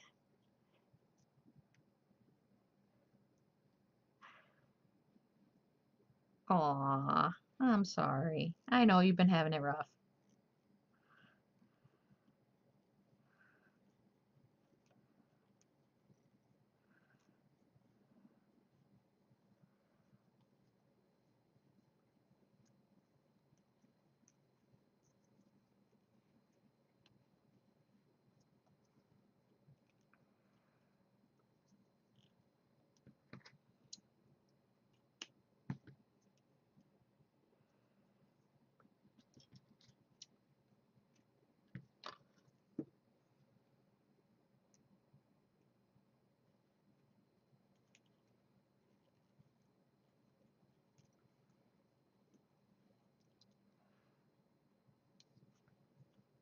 Because I can starting or ending. Am I starting or ending the stream?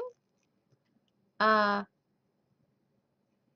I've only been live for what, an hour 45-ish? So I usually go till 6 a.m. I might go a little longer today because I have to stay up late today. Late for me is, 10 a.m. Yeah, I still got a few hours to go still. Normally I end at 6 a.m., but I'll be going a little bit longer today because I have to wake my husband up at 8, and then we got to go do stuff at 9. So I'm going to be staying up really late today. So I might stream a little extra longer. That, or I might get off at 6 and then just try and take a little nap for a couple hours. I don't know. We'll figure it out.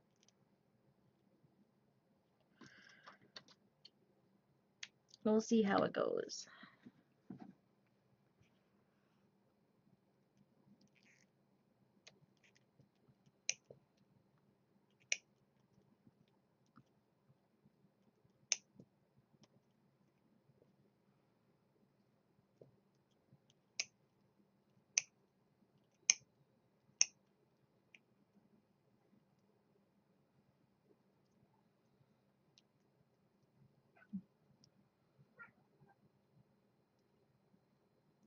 How does this thing even, how does what thing even?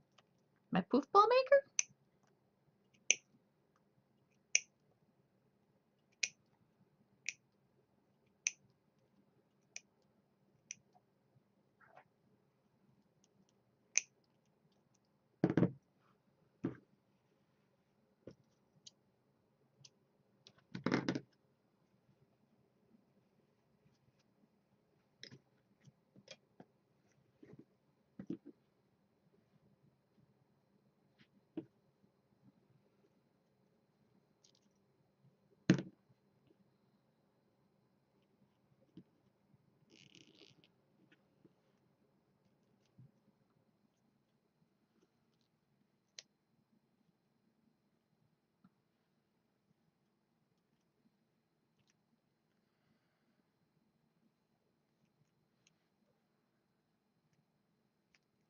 And yes, the poof maker. Okay. The next time around, I will show you how it works.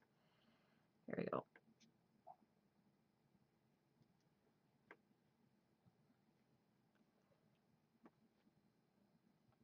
Yes, much easier with it. Much easier for me anyway to make them more consistent too, you know. So they're all like semi-uniform.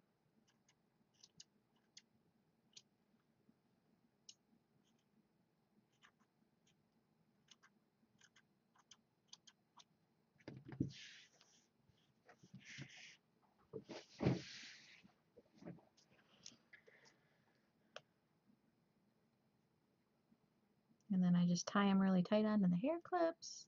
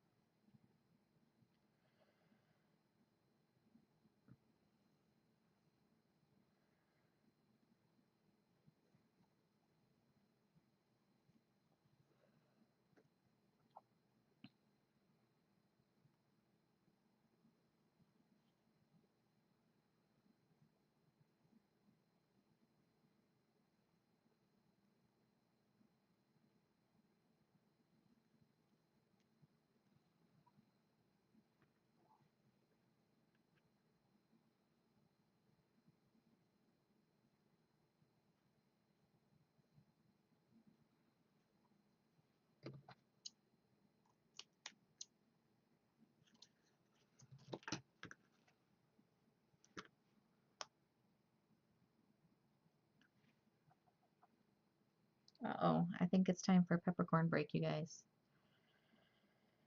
Oh, peppercorn. Oh, no, he went just out of reach. Can't grab him.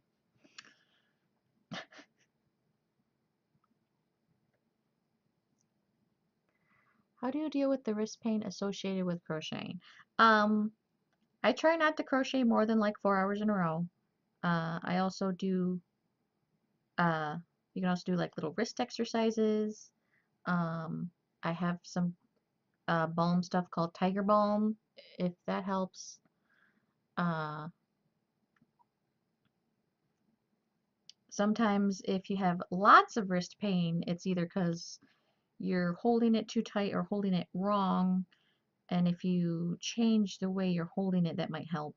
Or it's possible you could have something wrong, like, you know, carpal tunnel or a stress fracture or something like that.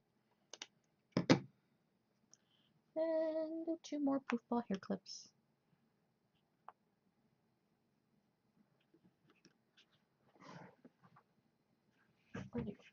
Okay, Peppercorn wants to visit Peppercorn.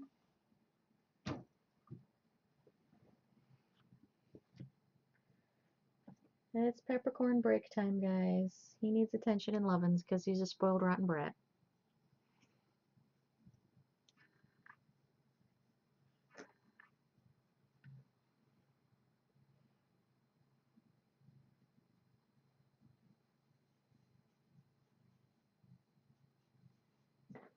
Okay, gotta get down.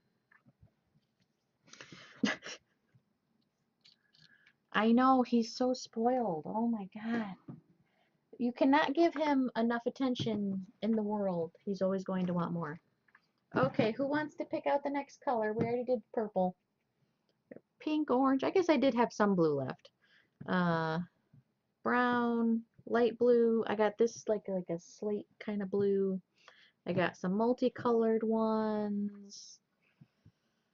I got a green down here. I got this multicolored one. Oh, I got a multicolored blue. Whoever says something first gets to pick.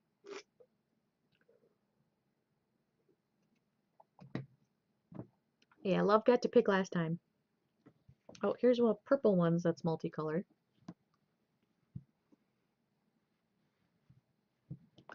Says something first. The last one. This one? This one. I don't know. Multi-blue. Okay, here we go. Multi-blue.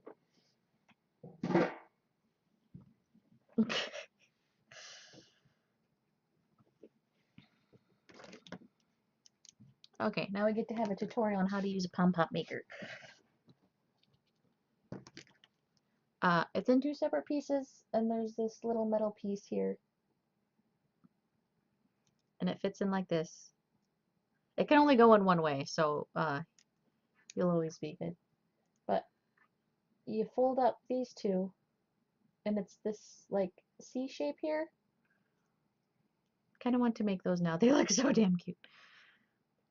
Take a wrap and then like put it there with your thumb so you can hold it. And you wrap it around a whole bunch of times. Wrap it around the C a whole bunch of times.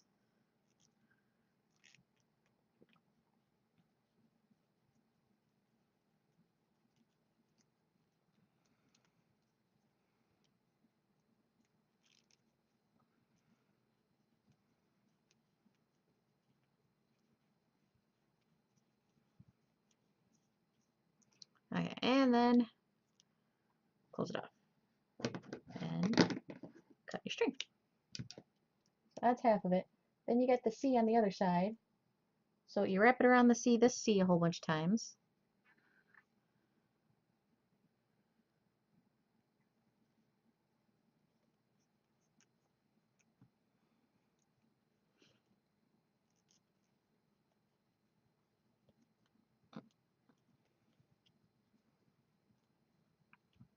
Where do you get those? I just got these at Joann Fabrics. They got a bunch of different sizes.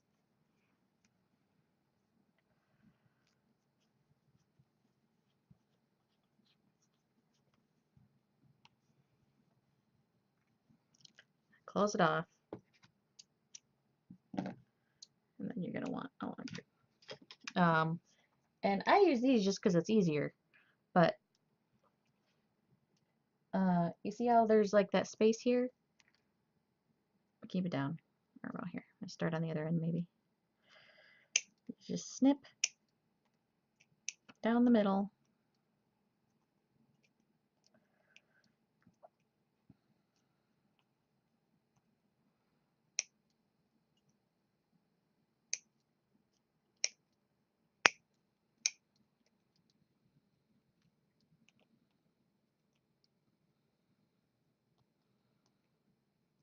And do the same thing to the other side. Snip right down the middle.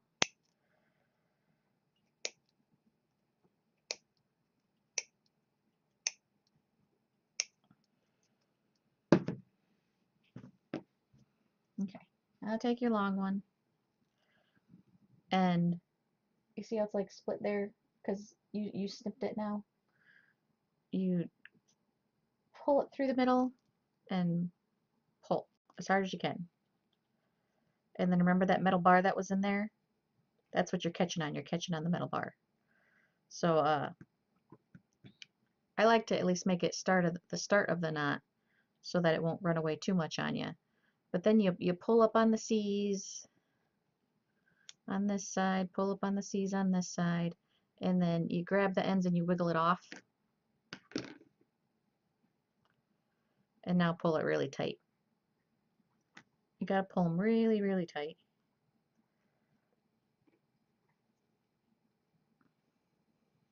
And then just fluff it a little bit and trim the strays.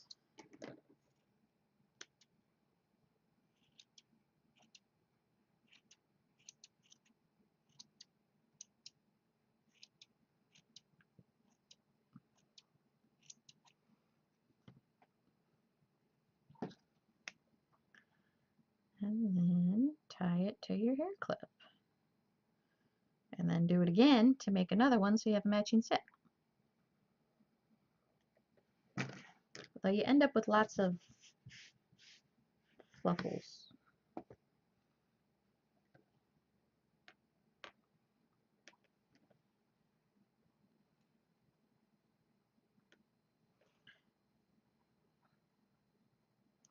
You could probably like hot glue it down for extra stability if you really wanted to. I don't really think I need to though. You just tie a few knots in it. It should be pretty good.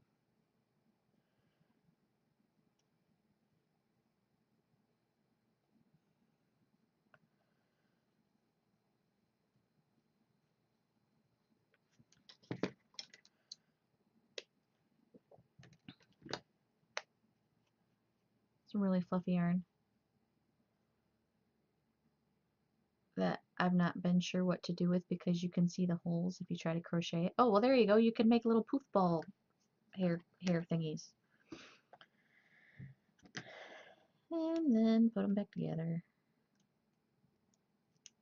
And do it over again.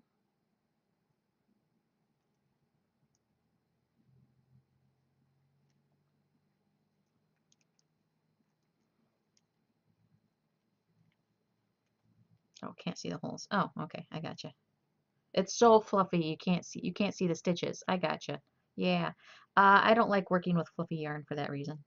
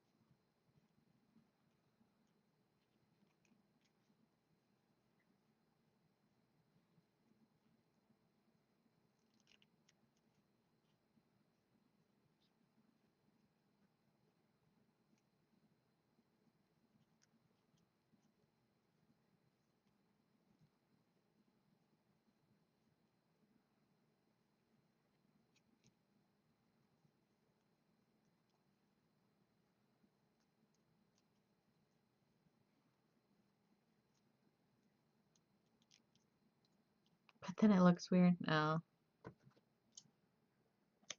I'm sure you'll find something to do with it.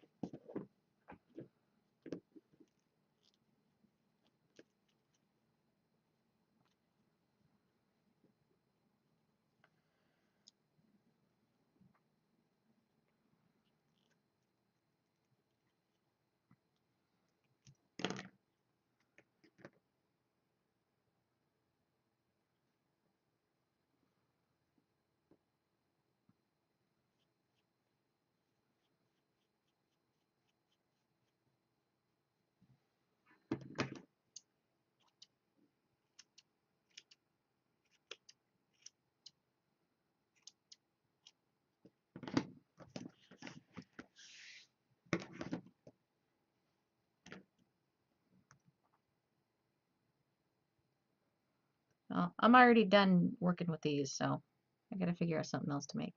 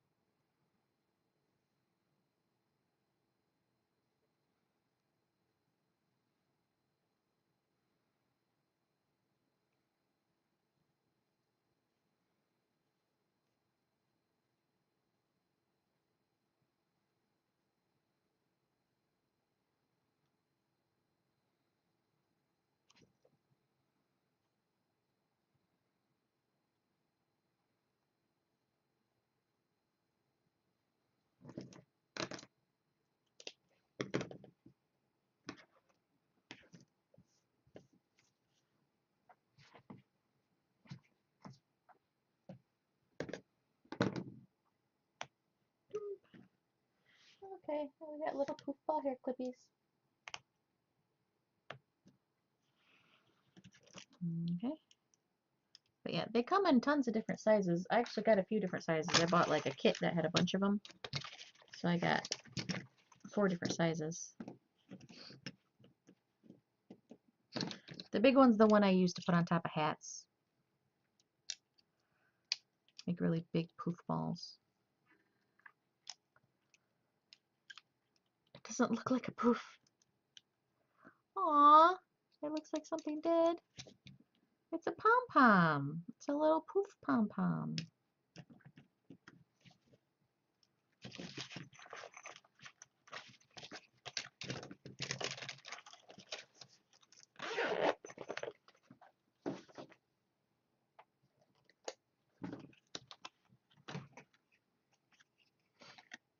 Talk about the one you just tried to make. Oh.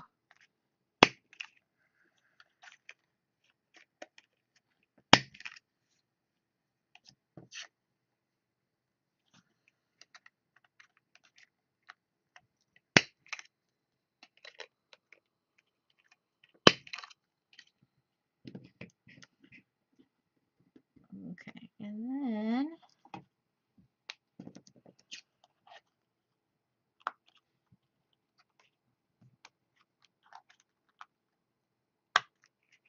oh, hand wash small parts, air dry. Hand wash small parts, air dry.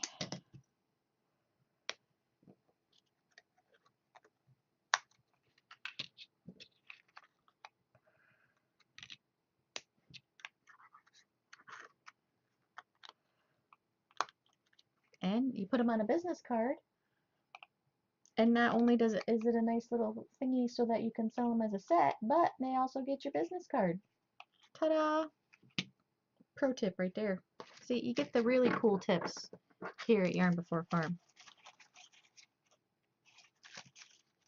But I gotta run to the bathroom, so it's break time. I'll be right back.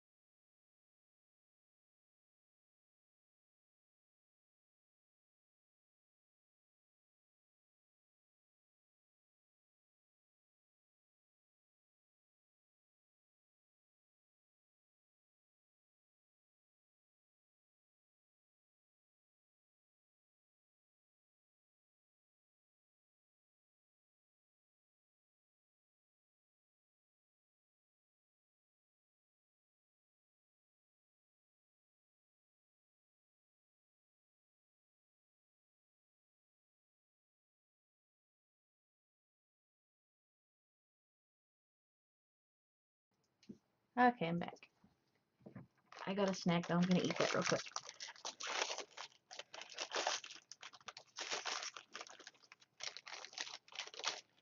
Okay, I got these Easter baskets at secondhand shop for really cheap. So I was gonna try and decorate them. I just haven't decided how I'm gonna decorate them yet.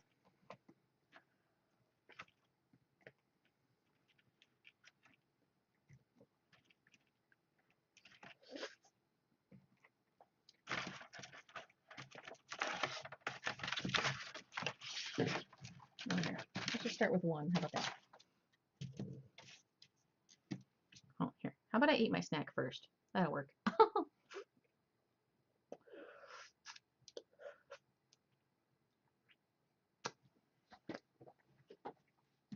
Okay, let me see. Mouse.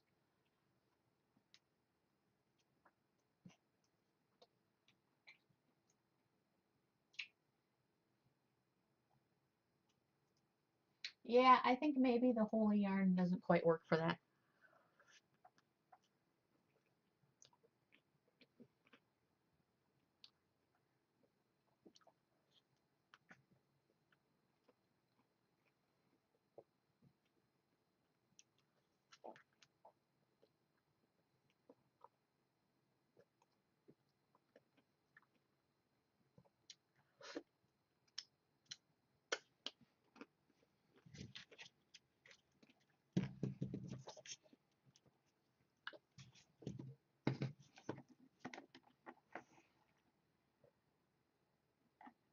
Well, it looks too loopy, like because like on the pom-pom, everything's coming out from the center, but on that, everything's coming out from the center, but also stuff's coming out from the individual strands, you know, because it's got the extra stuff on it.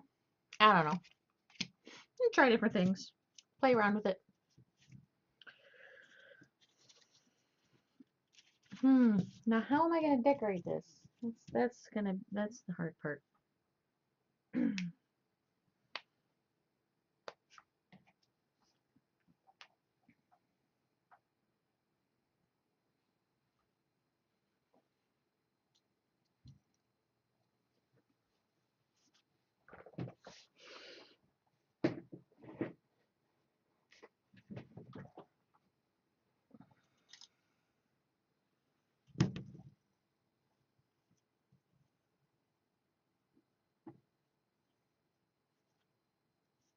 I probably don't want that big of one.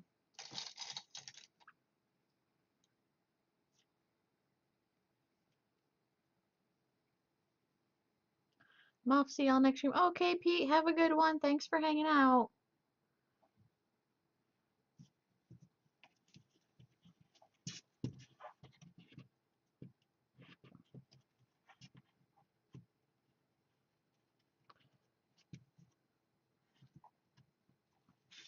This is gonna be. Have to scoot some stuff over here. Let's see if we can do it this way. That might work.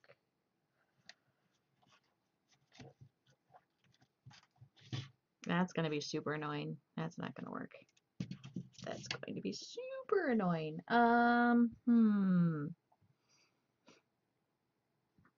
What if instead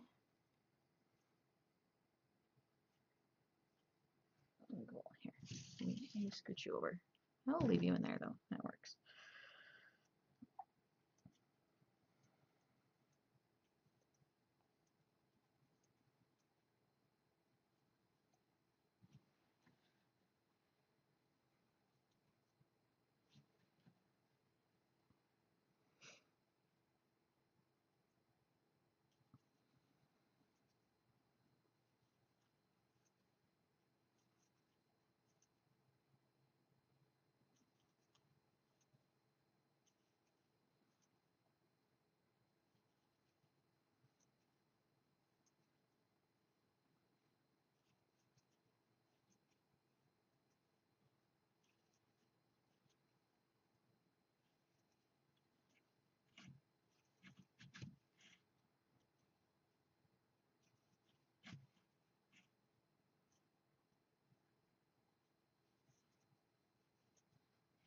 Here.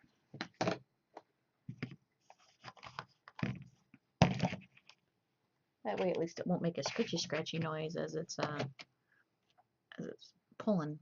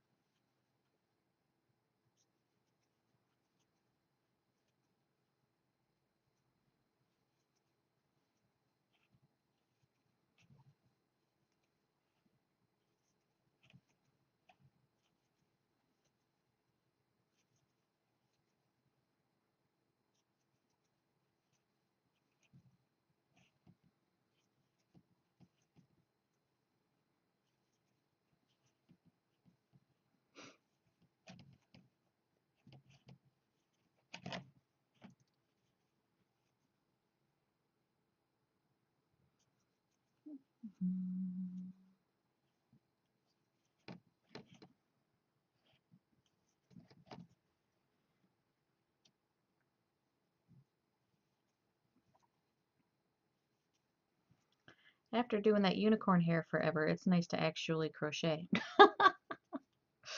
Because other than the hat and the horn, the rest of it wasn't technically crocheting. It's just adding hair, you know? I wasn't like actually crocheting anything. Oh, that didn't work. Hold on, let's fix that.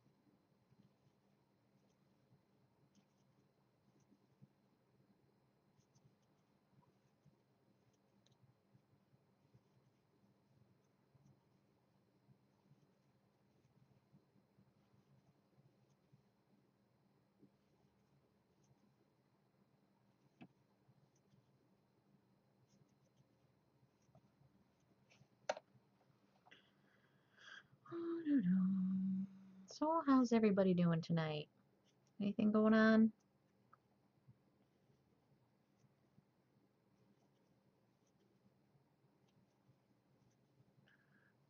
What I'm doing here is I'm just doing some half doubles.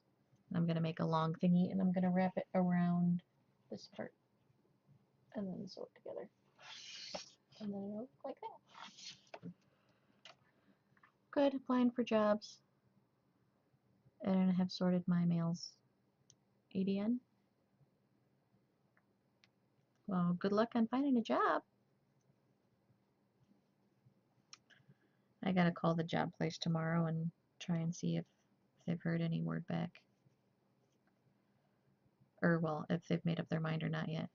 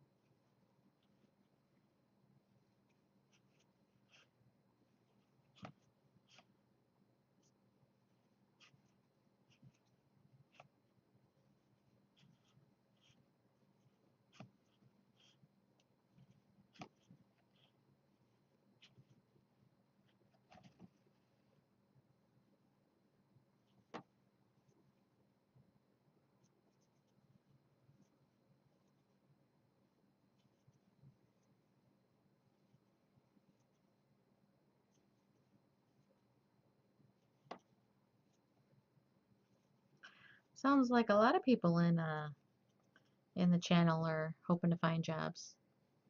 I made a kind of cute bow. Oh, that's cool.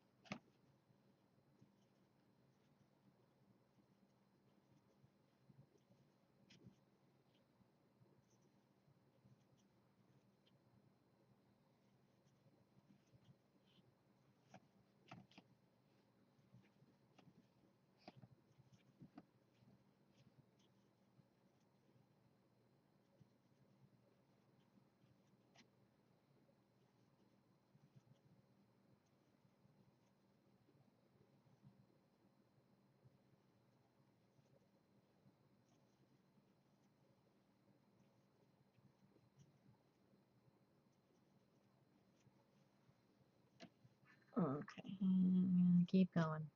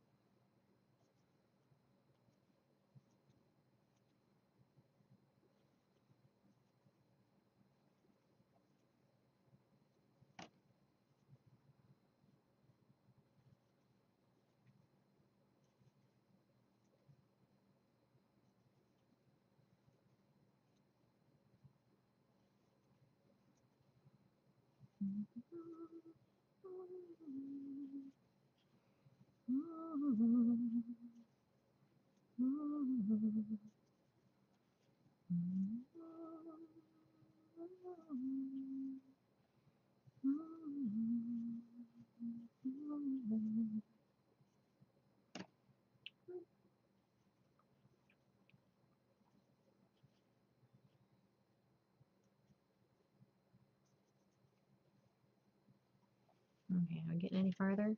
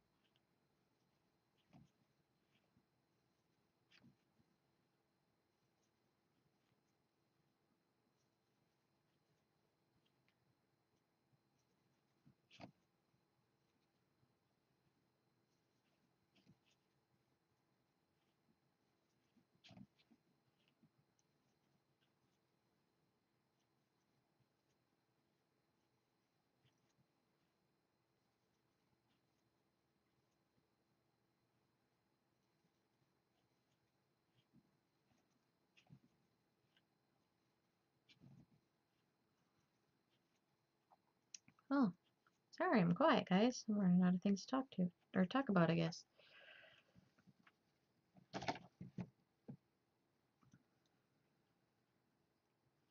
Just relaxing, I guess, chilling with some crochet. I wish sleep was a thing. I'm sorry, you can't sleep.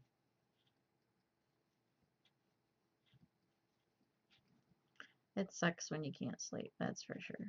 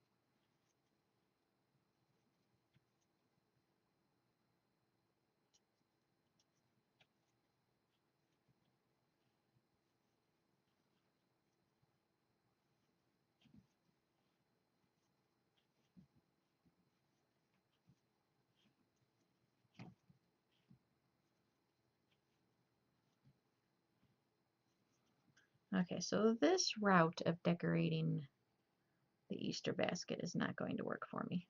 It takes way too long. Way too long.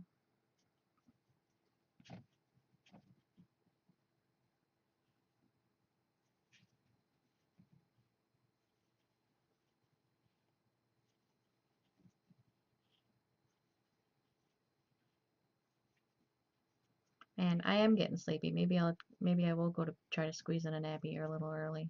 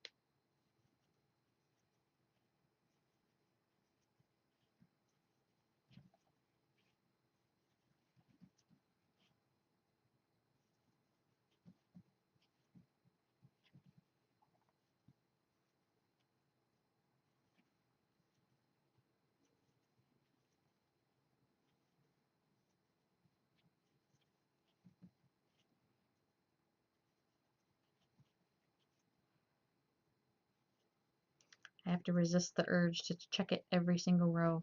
Every time I get to the end of the row, I'm like, I should check it now. I'm like, dude, you just checked it. I should check it now. No, you just checked it.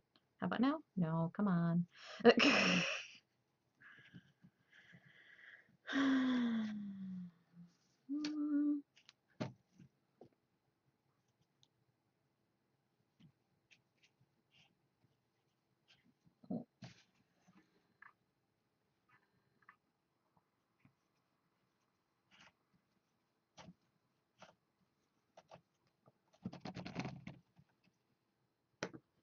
Just noticed this sticking out.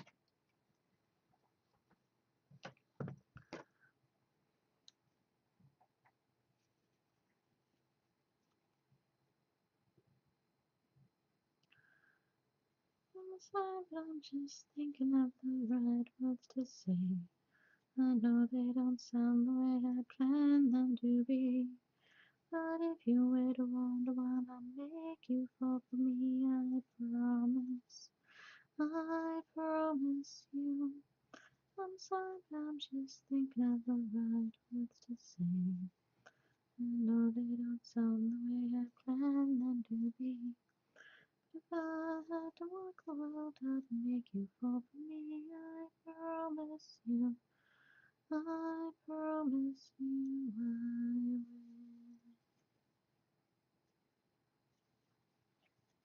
I should learn the words to that song. I like that song.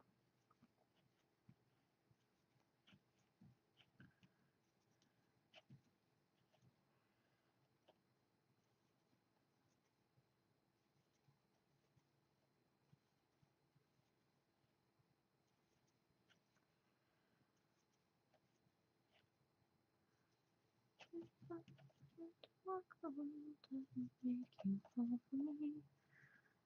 I promise you. I promise you I will.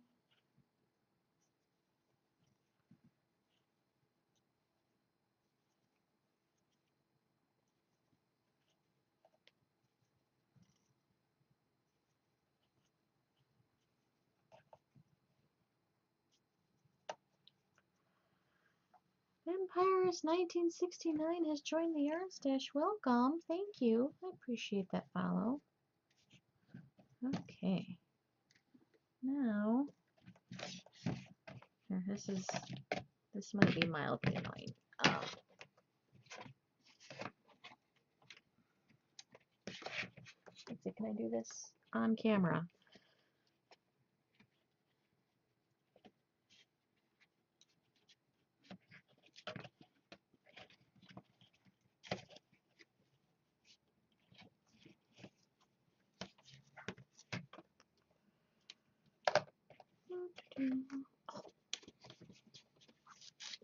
Here, let's go like this.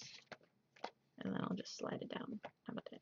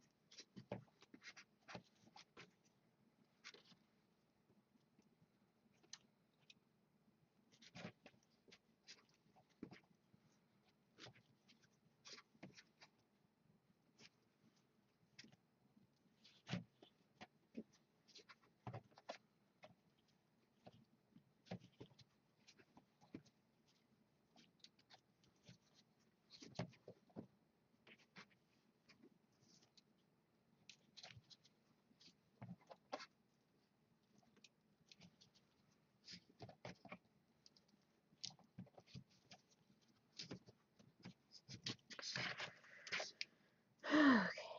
Whew. This is a workout here, guys.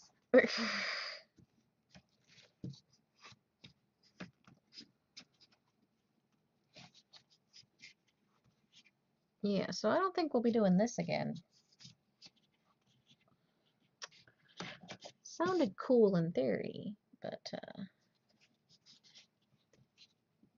Not that easy in practice.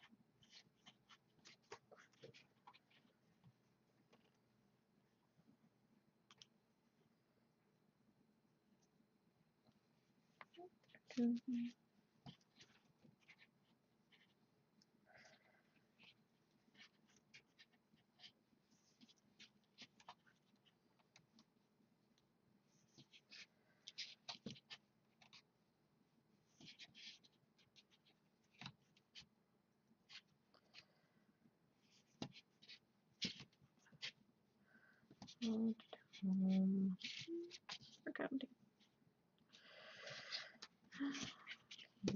Here we go. We're in the home stretch here. At least to this part.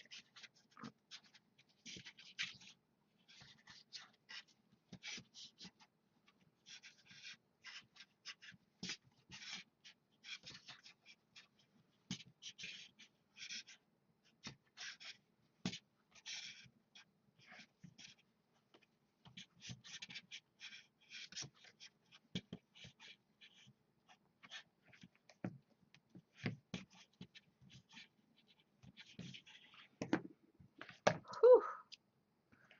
That was difficult.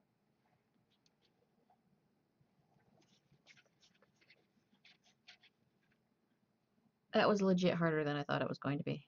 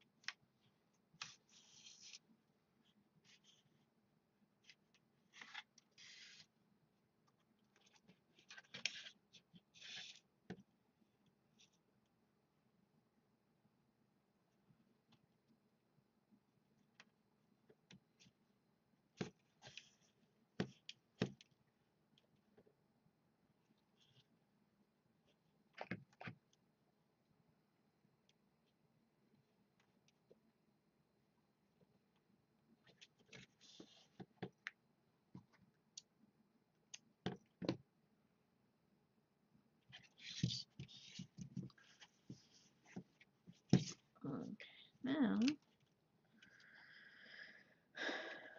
I'll go on this side.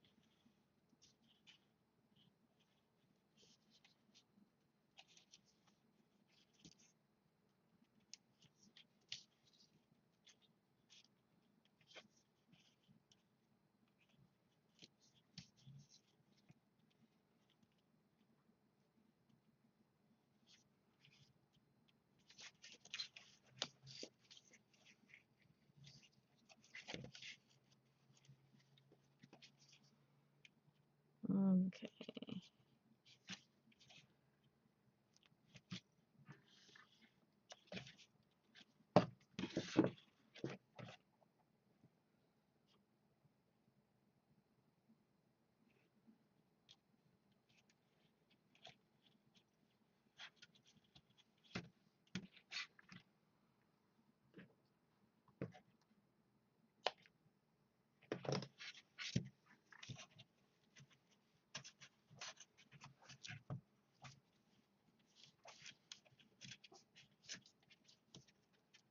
Okay. Like that. We're turning it sideways so that's like that.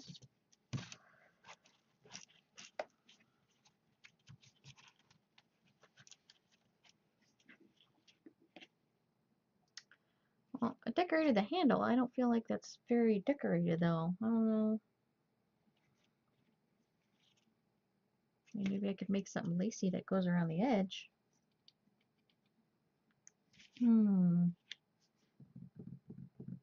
Not sure what to do there.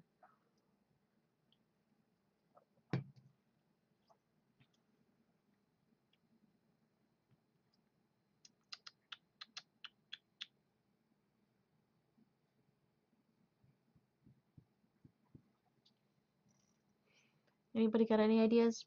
I wanted to do something to decorate the edge, at least like a little bit around the lip, maybe.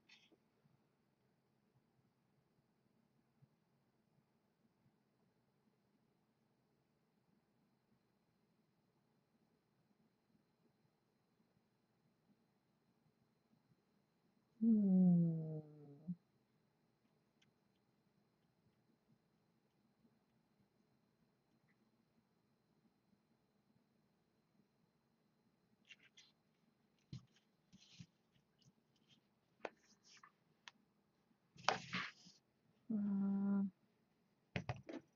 If I did, maybe if I did ruffles? I'll try ruffles.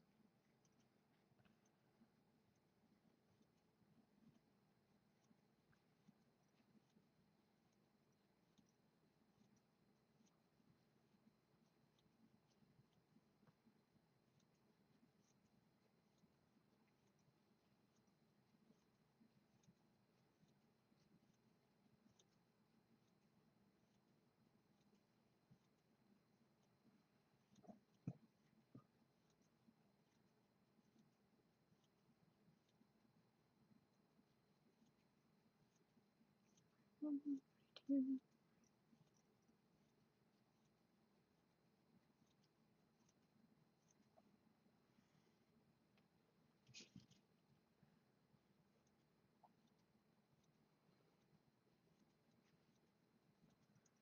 Eight, 9, 10, 11, 12. I'm sorry, 13, 14, 15, 16, 17, 30,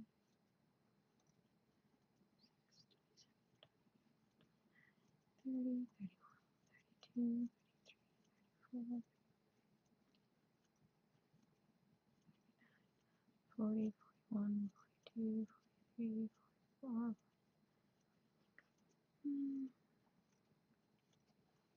Well, if they're a good friend, you know, you can explain yourself and apologize, and they should forgive you.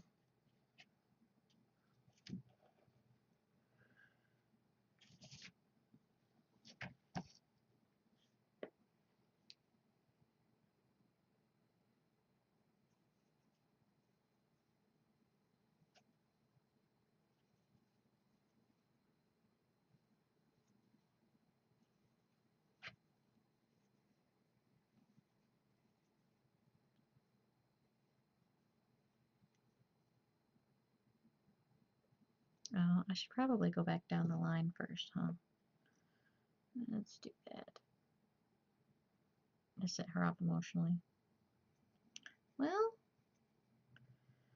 when someone responds inproportionately back to something like an example I was given in school was, say you throw uh, an orange at someone, and then someone responds by throwing a watermelon at you. Like, okay, maybe yes, you deserve to have the orange thrown back at you, or, another similar sized object. But when they're throwing a watermelon back at you, there's something going on with that person, you know? So maybe she's going through her own stuff and that was just a tipping point or a trigger or something like that.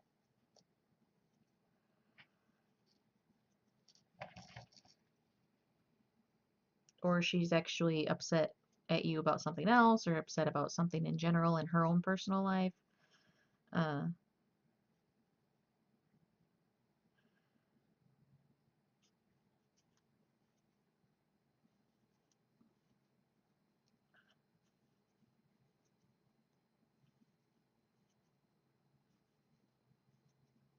and yeah, and maybe it wasn't something necessarily that you did or said or whatever. Maybe it was just that she's got other stuff and that was just like a, you know, a chink in the bubble that just made the whole thing come down.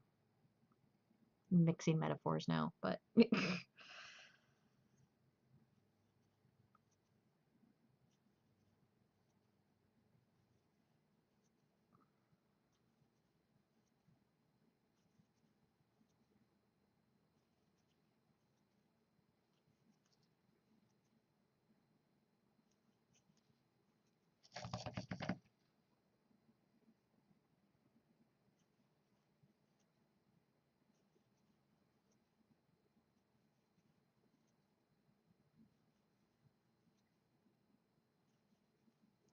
hi Wonder Boy, welcome back.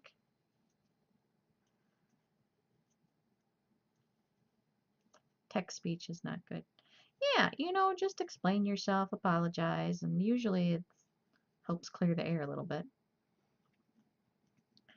Things don't always come across well in text as they do in person, or even like over the phone.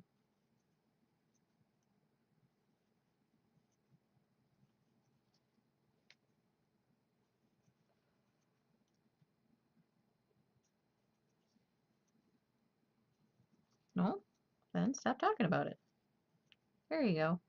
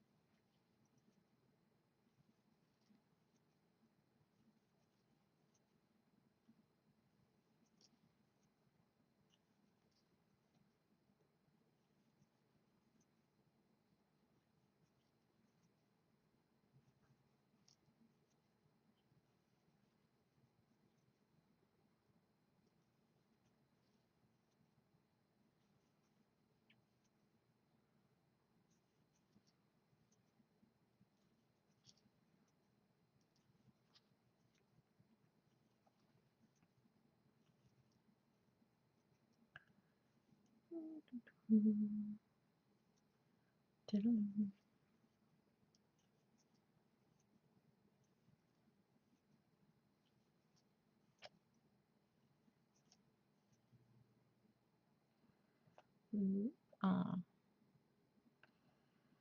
there we go.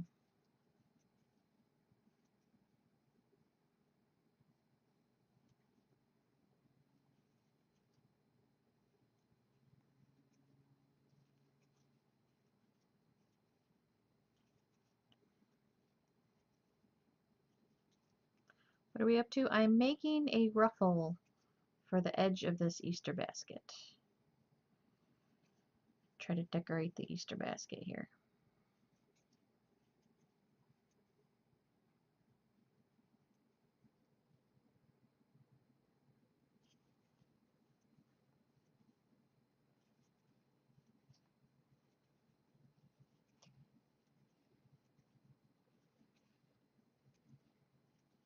We finished the unicorn hats earlier, so now I'm trying to do other stuff because my craft show's tomorrow.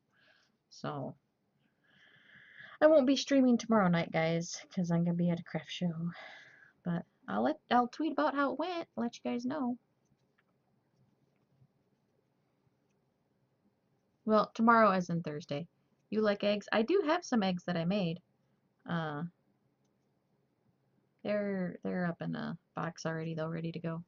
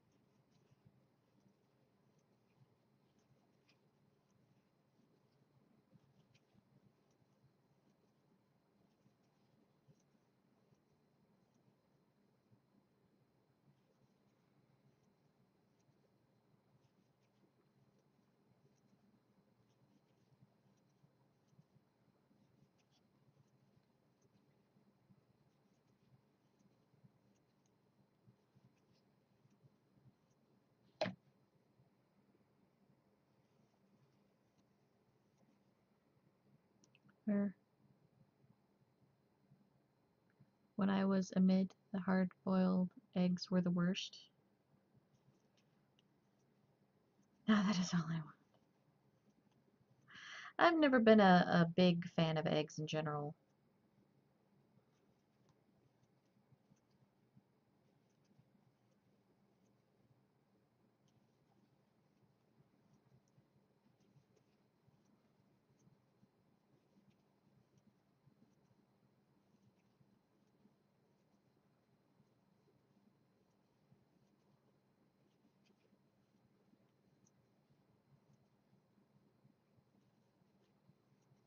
Like I don't mind eggs like on stuff like eggs on like a breakfast sandwich kind of thing. But like just to like eat an egg, I've never really cared for that.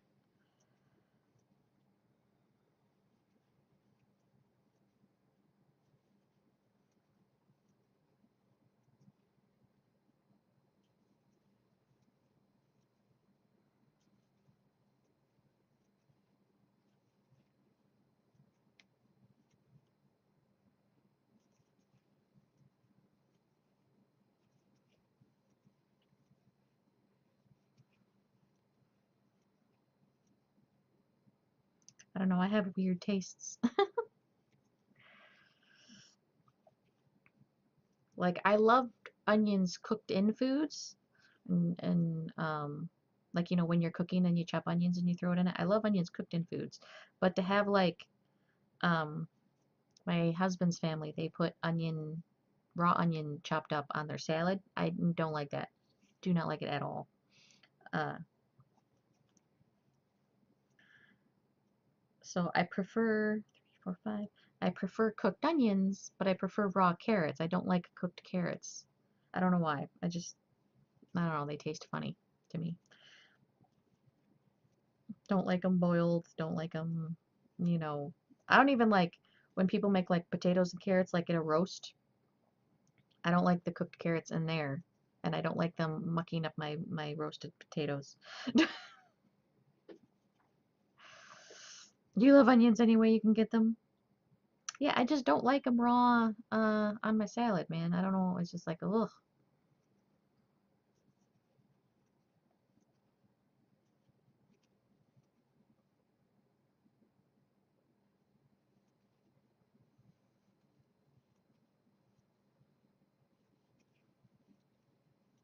Roast carrots are. I know. I'm so weird, man. This ruffle thing is taking a lot longer. This basket in general is taking longer than I thought it was going to. I was like, oh yeah, I'll just decorate a basket. No, no, no. This is taking much longer than expected.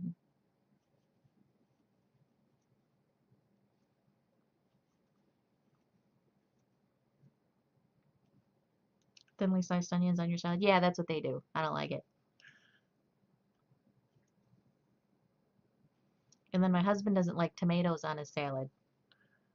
So what ends up happening, because his mom is always trying to make everybody happy, is she makes a salad and then puts onions on the side so that mine won't have onions, and then puts tomatoes on the side so that his won't have tomatoes. Like, we get any more members of this family that don't like something, it's basically going to be a build your own salad bar, and we're just going to have to go and pick out what you want on your salad.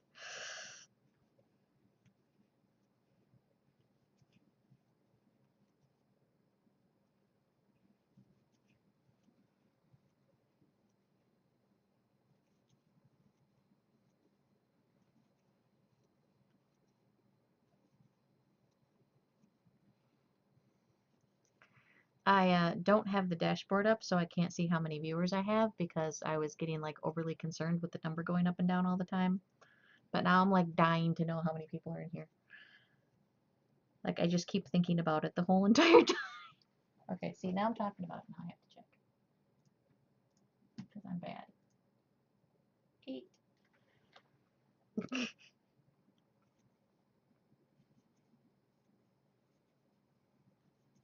But yeah, but watching the number go up and down while you're trying to stream, man, that's stressful.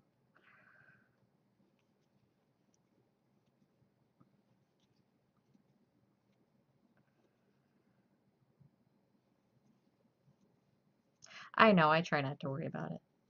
It's hard though, especially because I'm new to this still. It's only been a couple of months. I've done it 2 whole months. You had a lot of viewers earlier, so I'll check at the end to because you got that graph you can look at. 1, 2, 3, 4, 5, 6.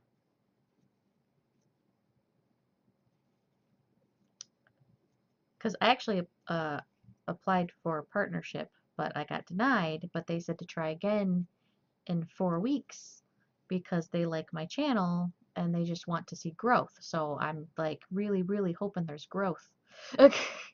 I'm, but I don't know how much, and like I don't want to go try and apply every 4 weeks and like bug them. Like I don't know. Been so much new territory lately. I feel like this is all.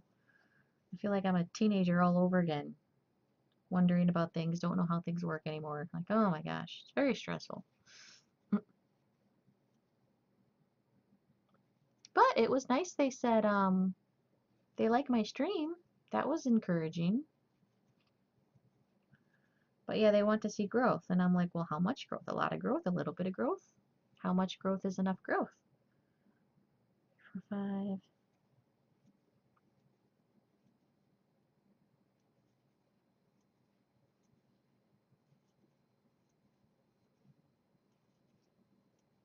I know. I get a lot of support too from my team. I'm in the team Naughty by Nature, and so I get tons of auto hosts.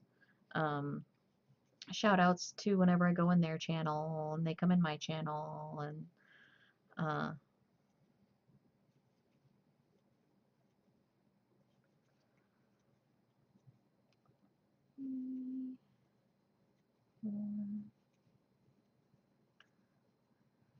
so that's actually been really helpful.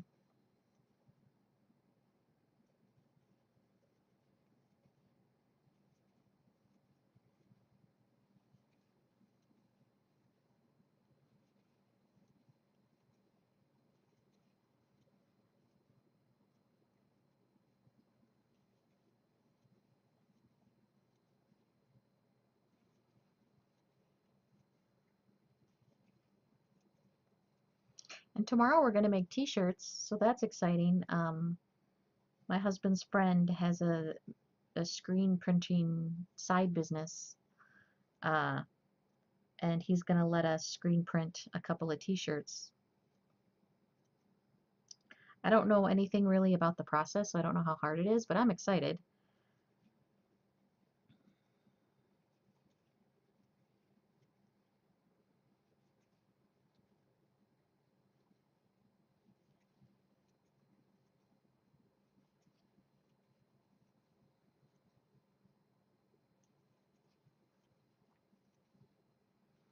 So we're just going to make a couple, one for Me, my husband, my dad, and then my husband's mom, uh, so that we can wear them at the craft shows and stuff.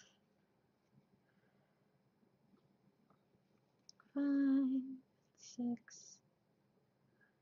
But they're just going to be simple, probably just like Yarn Before Farm and then like a little picture of a yarn ball or something like that.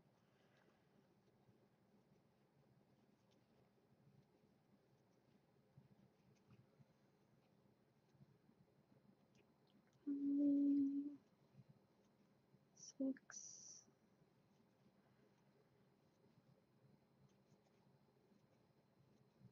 I discovered you through Frag. Yeah, exactly. I got rated by Frag.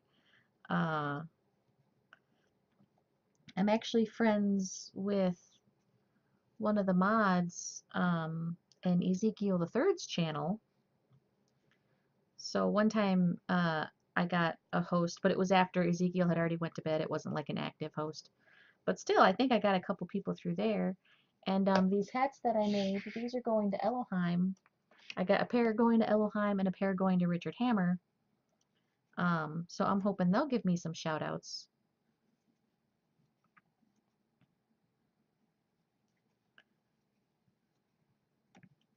Well, I know Ellohime will because he said he would. Um, Richard Hammer didn't, but for sure Ellohime will. Ah, so that's exciting. 1, 2, 3, 4,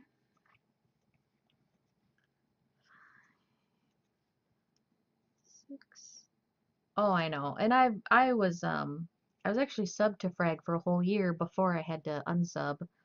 Uh for money reasons, we had to undo all of our subs, but I've been watching Frag since the end of the 2-year live stream challenge.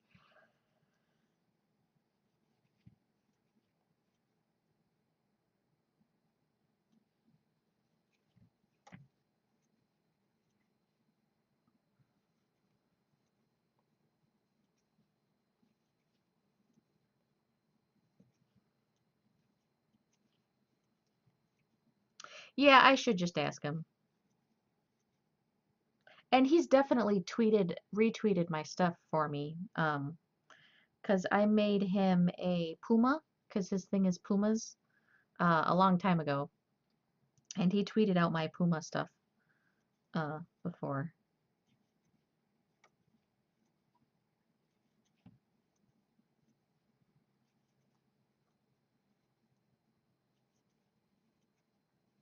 Yeah, I don't know if I'm quite comfortable doing that. I am with Ellohime just because um he came to me and said he wanted to work something out. Uh,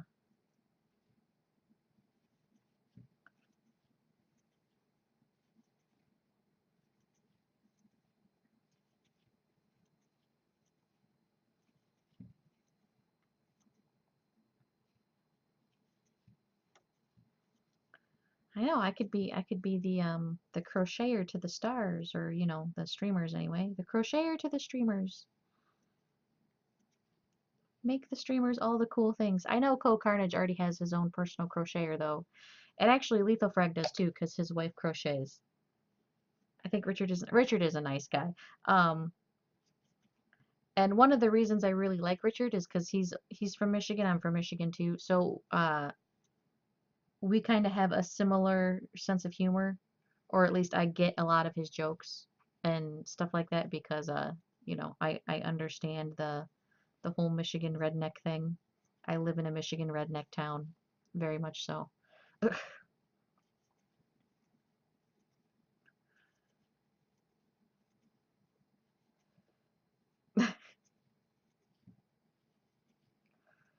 I think his is slightly more redneck than mine, just from his stories, but I don't know, man, it's pretty close. Do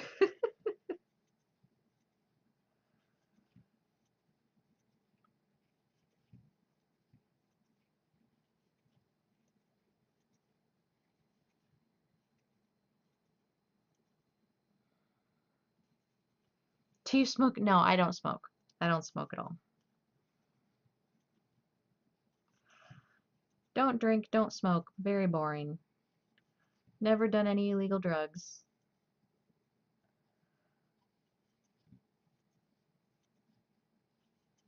The only drugs I take are my prescriptions.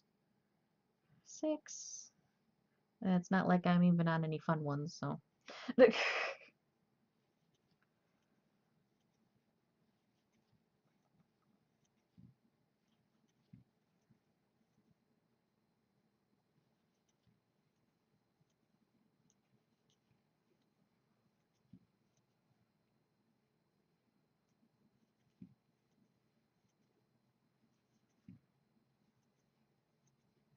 You're Californian?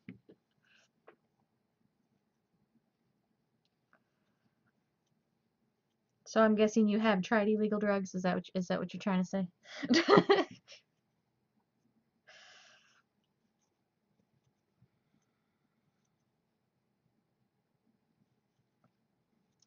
I know they're more lax with stuff like marijuana and stuff over there, or at least that's what I've heard. I suppose I shouldn't assume. That's what I've heard anyway.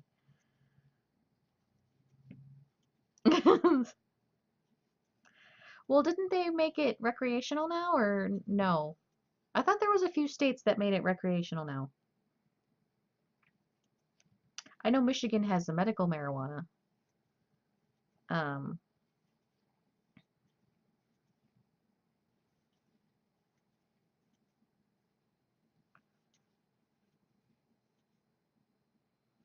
which I'm a nurse, so I got well, we legalized the raging.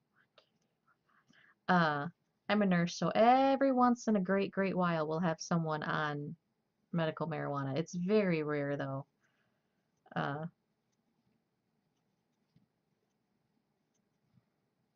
so it's not even like I have much experience with the medical portion of it.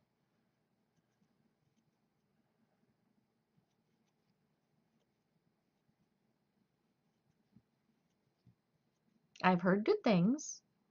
Um, I've heard it's helping like kids with seizures and stuff like that, but like really I have like no experience with it otherwise.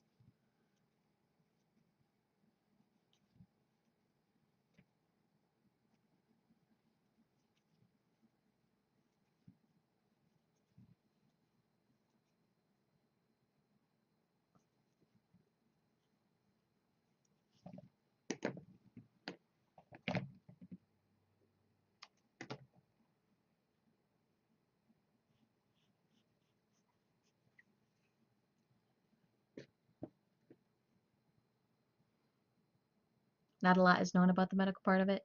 Yeah, research is still kind of young. I do know that. I just know I saw a whole entire article about how it's helping kids with chronic seizures and stuff like that, which is exciting because seizures are scary, man. If you've ever seen anybody have a seizure, like as it's happening, it's really rough, man. So if they can help kids with that, that'd be awesome.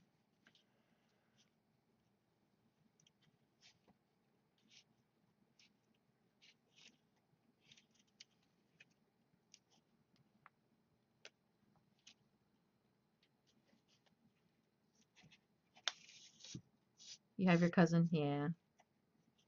I mean, it's scary. It's scary to watch happen, and it's hard physically. It's hard, like it wipes the person out, you know, uh, when they have a seizure. It's just rough on the body, rough on the brain. It's not a fun thing for sure. Oh, I'm off camera, sorry. Yeah,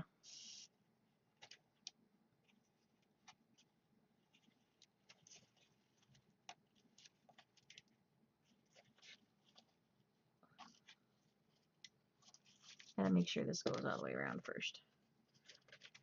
Mm,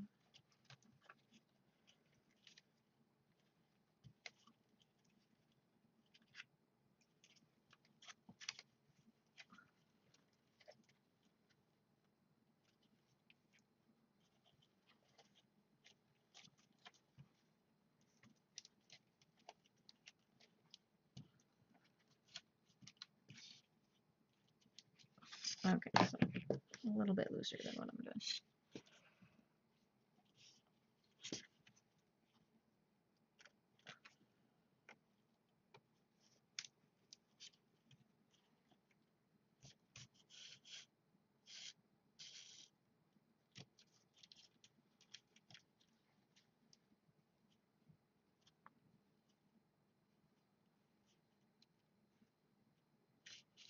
Cancer, but I don't know how true that is. I have had a couple people on it for cancer, and it helped with the appetite thing because it just makes you sick. Chemo, it just makes you just vomit and nauseous all the time. You can't eat, and you can't heal if you're not eating. Uh, so it helps with that. It helps with the nausea and the being able to eat. And it helps with some of the pain and anxiety too, because it doesn't feel good, you know. But like I said, I've only ever had a very few number of patients on it. But I don't know. I didn't see how it was worse than some of the other options that we have available to help people with cancer and terminal illnesses, especially terminal illnesses. Like, you know, if they're terminal, just let them have it. Who cares? But then I kind of feel that way about a lot of things. Like we had this one guy that was like 90 and diabetic, and his daughter or granddaughter, whoever it was, like he can't have cookies. He's diabetic and blah blah blah blah blah. Like, dude, he's 90. Let him have a fucking cookie, okay? Like, so I'll just give him more. It's we are not prolonging his life at this point by not letting him have a cookie. Like it was a whole big thing. But I'm, I lean more towards the let them have it, especially if they're terminal or like super elderly like that. Like, who cares, man? Let them have a cookie. Now, when they're having a whole entire bowl of ice cream and they put themselves into a diabetic coma, no, I'm not saying that. That's a whole different. I'm just saying they can have a cookie.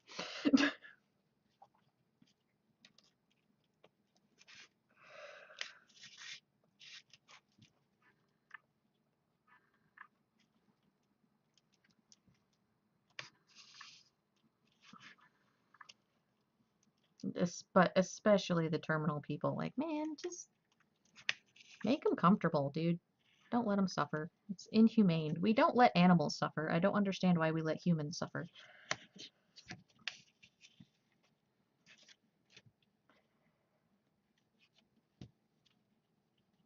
Mm-hmm.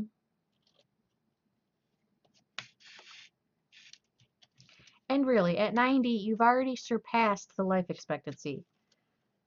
So really, it's not like, you're gonna die young from it or anything. You're freaking 90.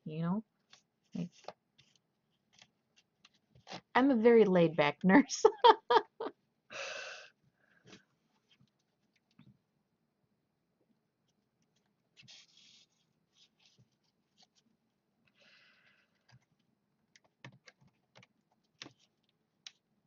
And I've said this before on stream. If you're not hurting yourself, you're not hurting other people, and it doesn't directly affect me, I don't really care what you do. Like, and obviously, like, not, hurting the environment or hurting kids or hurting animals. Like, basically, if you're not damaging anybody or anything, including yourself, because that's not good either, and it doesn't affect me, I honestly don't give a shit.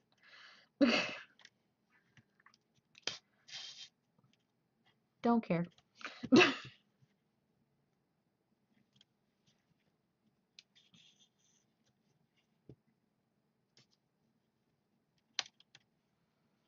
So whatever that philosophy is, I'm that philosophy. It is designed to make people live as long as possible. And there's actually a book called Being Mortal by Gawande. I think it's Gawande. I might be spelling that wrong. But for sure it's called Being Mortal. Fantastic book. It's kind of a heavy read, but it's all about that in our medical system and how we're programmed as doctors and as nurses and as medical professionals in general of trying to keep the person alive at all costs when you're not necessarily looking at their quality of life, we're looking at quantity of life. But if you interview all those same nurses and all those same doctors and you ask them, would you rather have quantity or quality of life? Every single one of them will say quality. Every single one of them.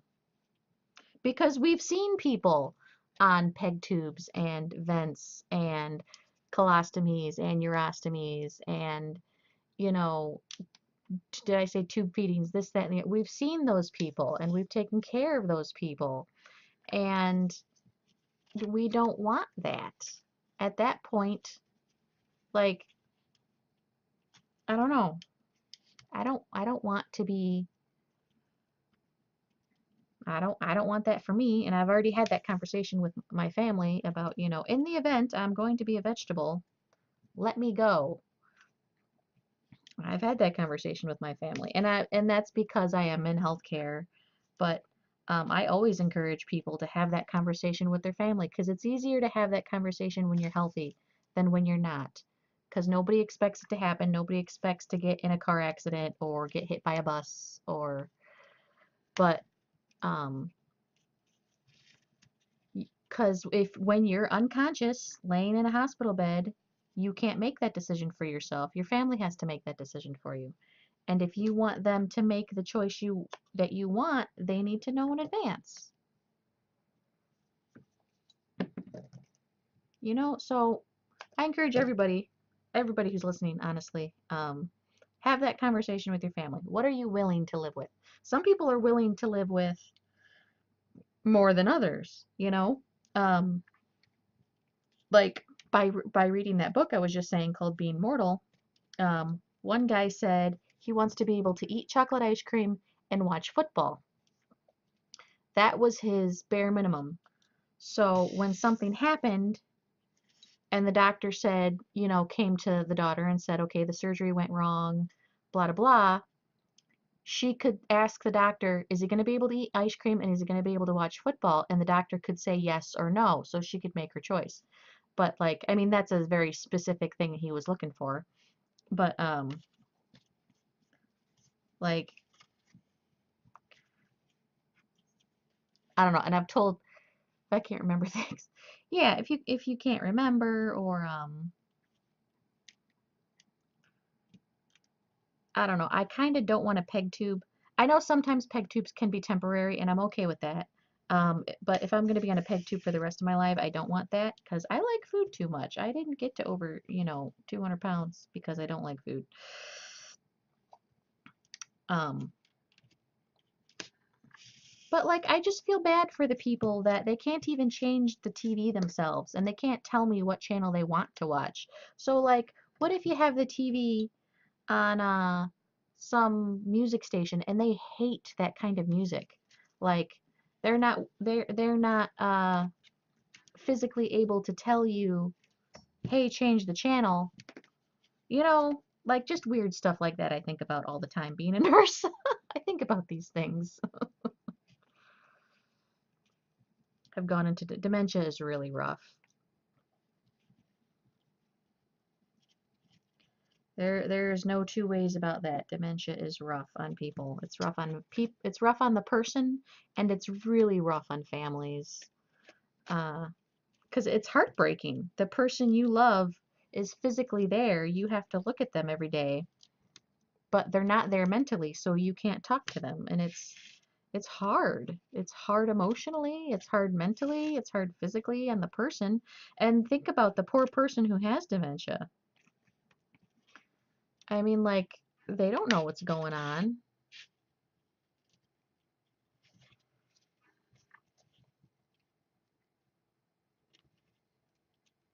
Like, yeah, they're not the same person. We took care of one poor lady. In her youth, her husband and children died in a house fire. Um, and after that, she had remarried and she had had a couple more kids. But now, in her older age, um, she was locked in that memory. She was constantly in that moment of that house fire when her husband and children died, and it was horrible for her. It was absolutely horrible. Like being forever locked in that memory, nothing could convince her that the facility wasn't on fire. Nothing could convince her that her children weren't dying. Well, currently, you know what I mean? Like, it's rough, man. I think about how terrifying that would be. every minute of every day. It would suck.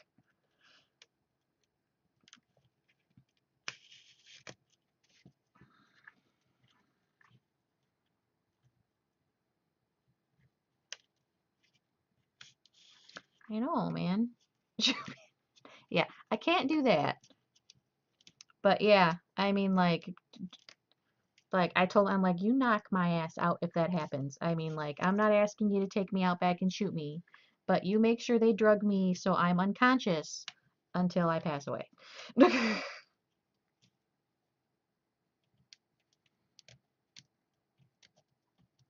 Like I don't want to live in that. I would not want to live in that. I have anxiety now. I'm actually on medication for anxiety, and the thought of to forever be in that state, I don't, oh, it scares the hell out of me.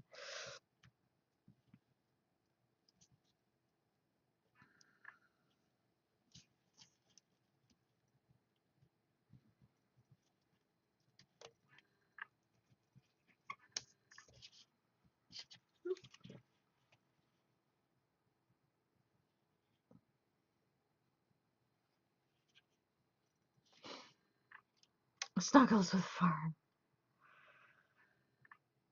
Are you finally getting sleepy, love?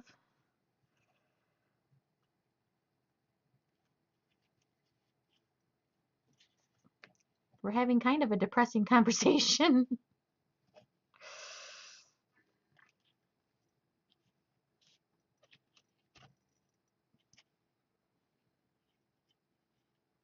No, I'm sorry.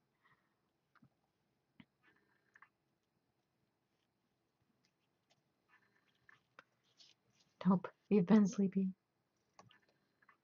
Just can't sleep. Oh, I'm sorry, hun. I know it's rough. Insomnia blows. Okay, we gotta hide you. Hide the edges. Hide the edges. Here, I'll stick you underneath there. How about that? We got a ruffly brim, and a pink handle. Oh, depressed at all. I know. Just have that conversation, man, with your family. That's all I can tell you. That's all I can tell you. Okay, well, it came out adorable, but that was a lot of work for not a lot of item, I guess. Like, God, would it take me an hour and a half? So, what is that? 4 or 5? It'd be $6 if I get my $4 an hour. And then the cost of the yarn and the basket. So, like, can I sell this for $8? Will this sell for $8? I don't think so. I wouldn't buy it for $8. I don't know. That's the problem with handcrafted things. You're like, man, how much time and effort you put into it. The question is someone willing to pay for it? I'll probably end up selling it for like $5 or something, but yeah, so I don't think I'll be doing a whole lot of these unless I come up with a different system or something to make it faster.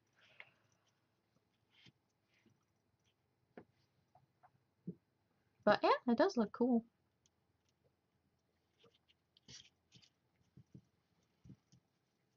You're not factoring in the kid's happiness. Yeah, the kid don't care about the basket itself.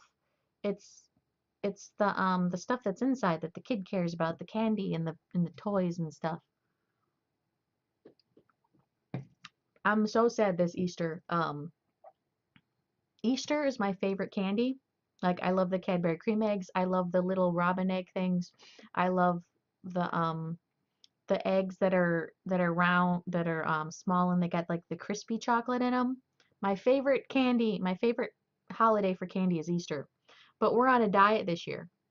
So I'm like, okay, I'm either going to have to spread my candy out over the course of like months so I don't eat it all at once, or I say screw it this week and I eat all my candy in one go.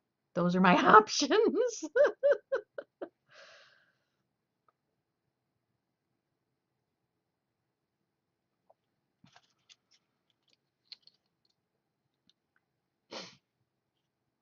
I could put some of my little crochet eggs inside. But you're on mobile. That's fine. So I don't know what we're gonna do diet-wise this year. Let me grab my egg. I almost said Christmas eggs. Let me grab my Christmas eggs. Yes.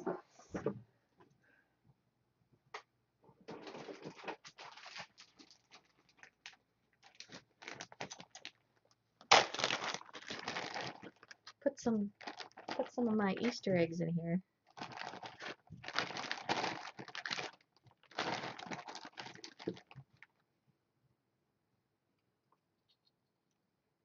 What I need is some of that Easter grass. Throw some Easter grass in there. Throw a couple of eggs in there. Maybe one of my birds, and sell the whole thing as a set for like 15 bucks. That's what I need to do. The green one? Which green one? I got a camo one too. I dropped an egg. He's escaping.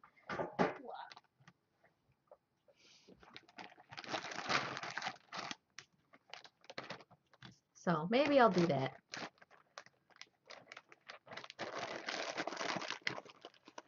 Candy? No, I can't buy candy because then I'll eat the candy. The camo one. I know. Like, oh no, where'd the Easter egg go? It's blending in with its environment. You can't see it. I don't know. I mean, it's really cute. It's just a lot of work for not a lot of show. I mean, I got the basket for 50 cents at the secondhand store. How much for the basket? That's what I'm saying. Like, is someone gonna want to pay $8 for a basket? I don't think so. Because you can spend 20 bucks and buy the baskets that already have the stuff in it.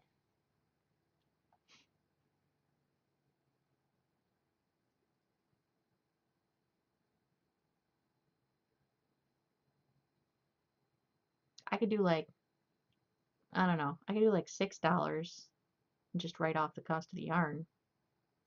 I don't know. I'm not making my $4 an hour. I try to make $4 an hour is my goal, um, which I think is okay because this isn't my day job, obviously. I'm not doing this for a living. If I was doing this for a living, then I would want to make more.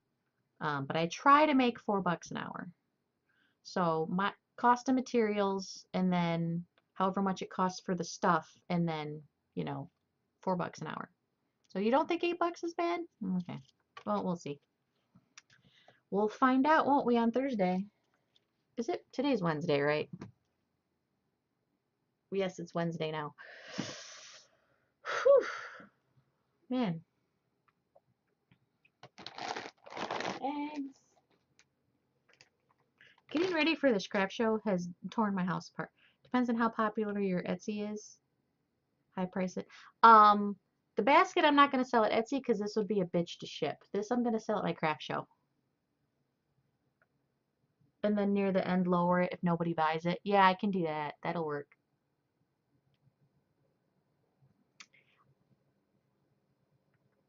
I like to send small things on my Etsy so shipping isn't crazy. That's what a lot of people at fairs do. Well, we'll do that then. This is actually a really short fair. It's only 10 a.m. to 3 p.m., which is only 5 hours. It's not very long, really, for a craft show. Because I think the other one I did was like 10 hours or 12 hours or something like that. You just have to do that shady ass and present with the whole shebang. Shady shit and present it with the whole shebang. Oh. Yeah, I could sell the whole thing as a set and throw in a couple of eggs and one of my little birdies and throw some Easter grass in there. But then sell it bare bones. Yeah, I wouldn't do that. That's rude.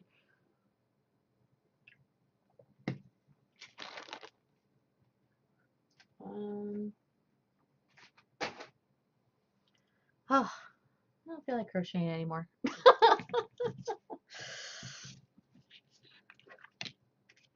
Move some stuff out of the way. Oh, it's peppercorn break time.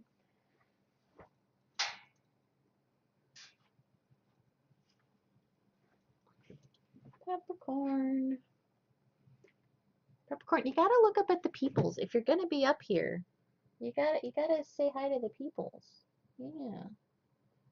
You say hi to the peoples.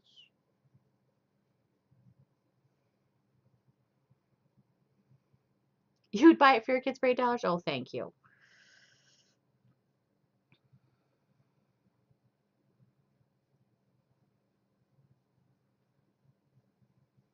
You don't have kids though.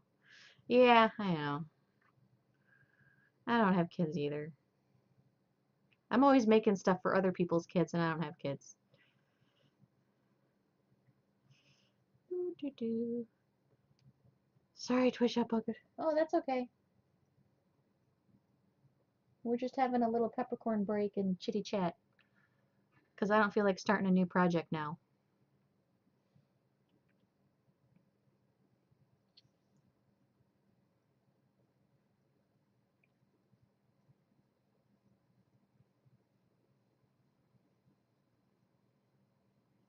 Spent $200 on your baby brother's B-day? Oh, I don't know. Some people like to spend money on birthday presents. We don't really do that. Well, my family doesn't, I should say.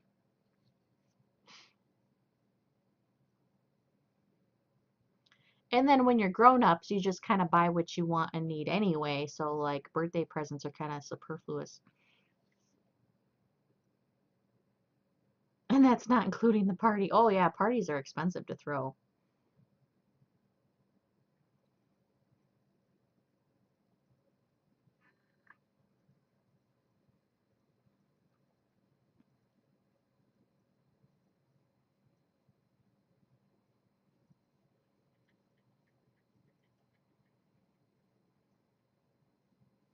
Well, I think I'm gonna call a little early, guys. I really don't feel like starting another project right now. But thank you everybody for hanging out. Um, I'm not gonna be here tomorrow night because I have to go to sleep early because the craft show is during day shift, so I have to mess up my sleep schedule.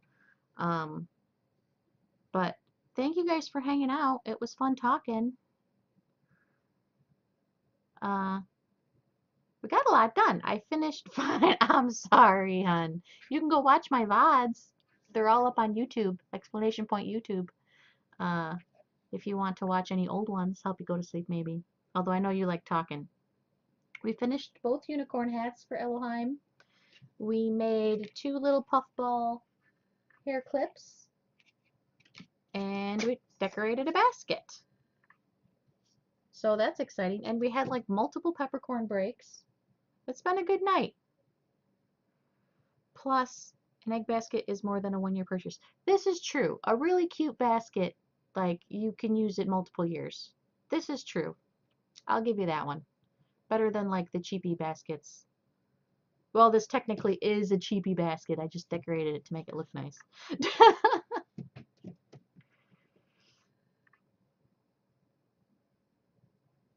And some applications. Okay, have a good one, guys. I'll see you later. I'll be tweeting how the craft show goes. I'll let you guys know. Also probably and tomorrow we're actually making their t-shirts too, so that's exciting. But have a good night, everybody.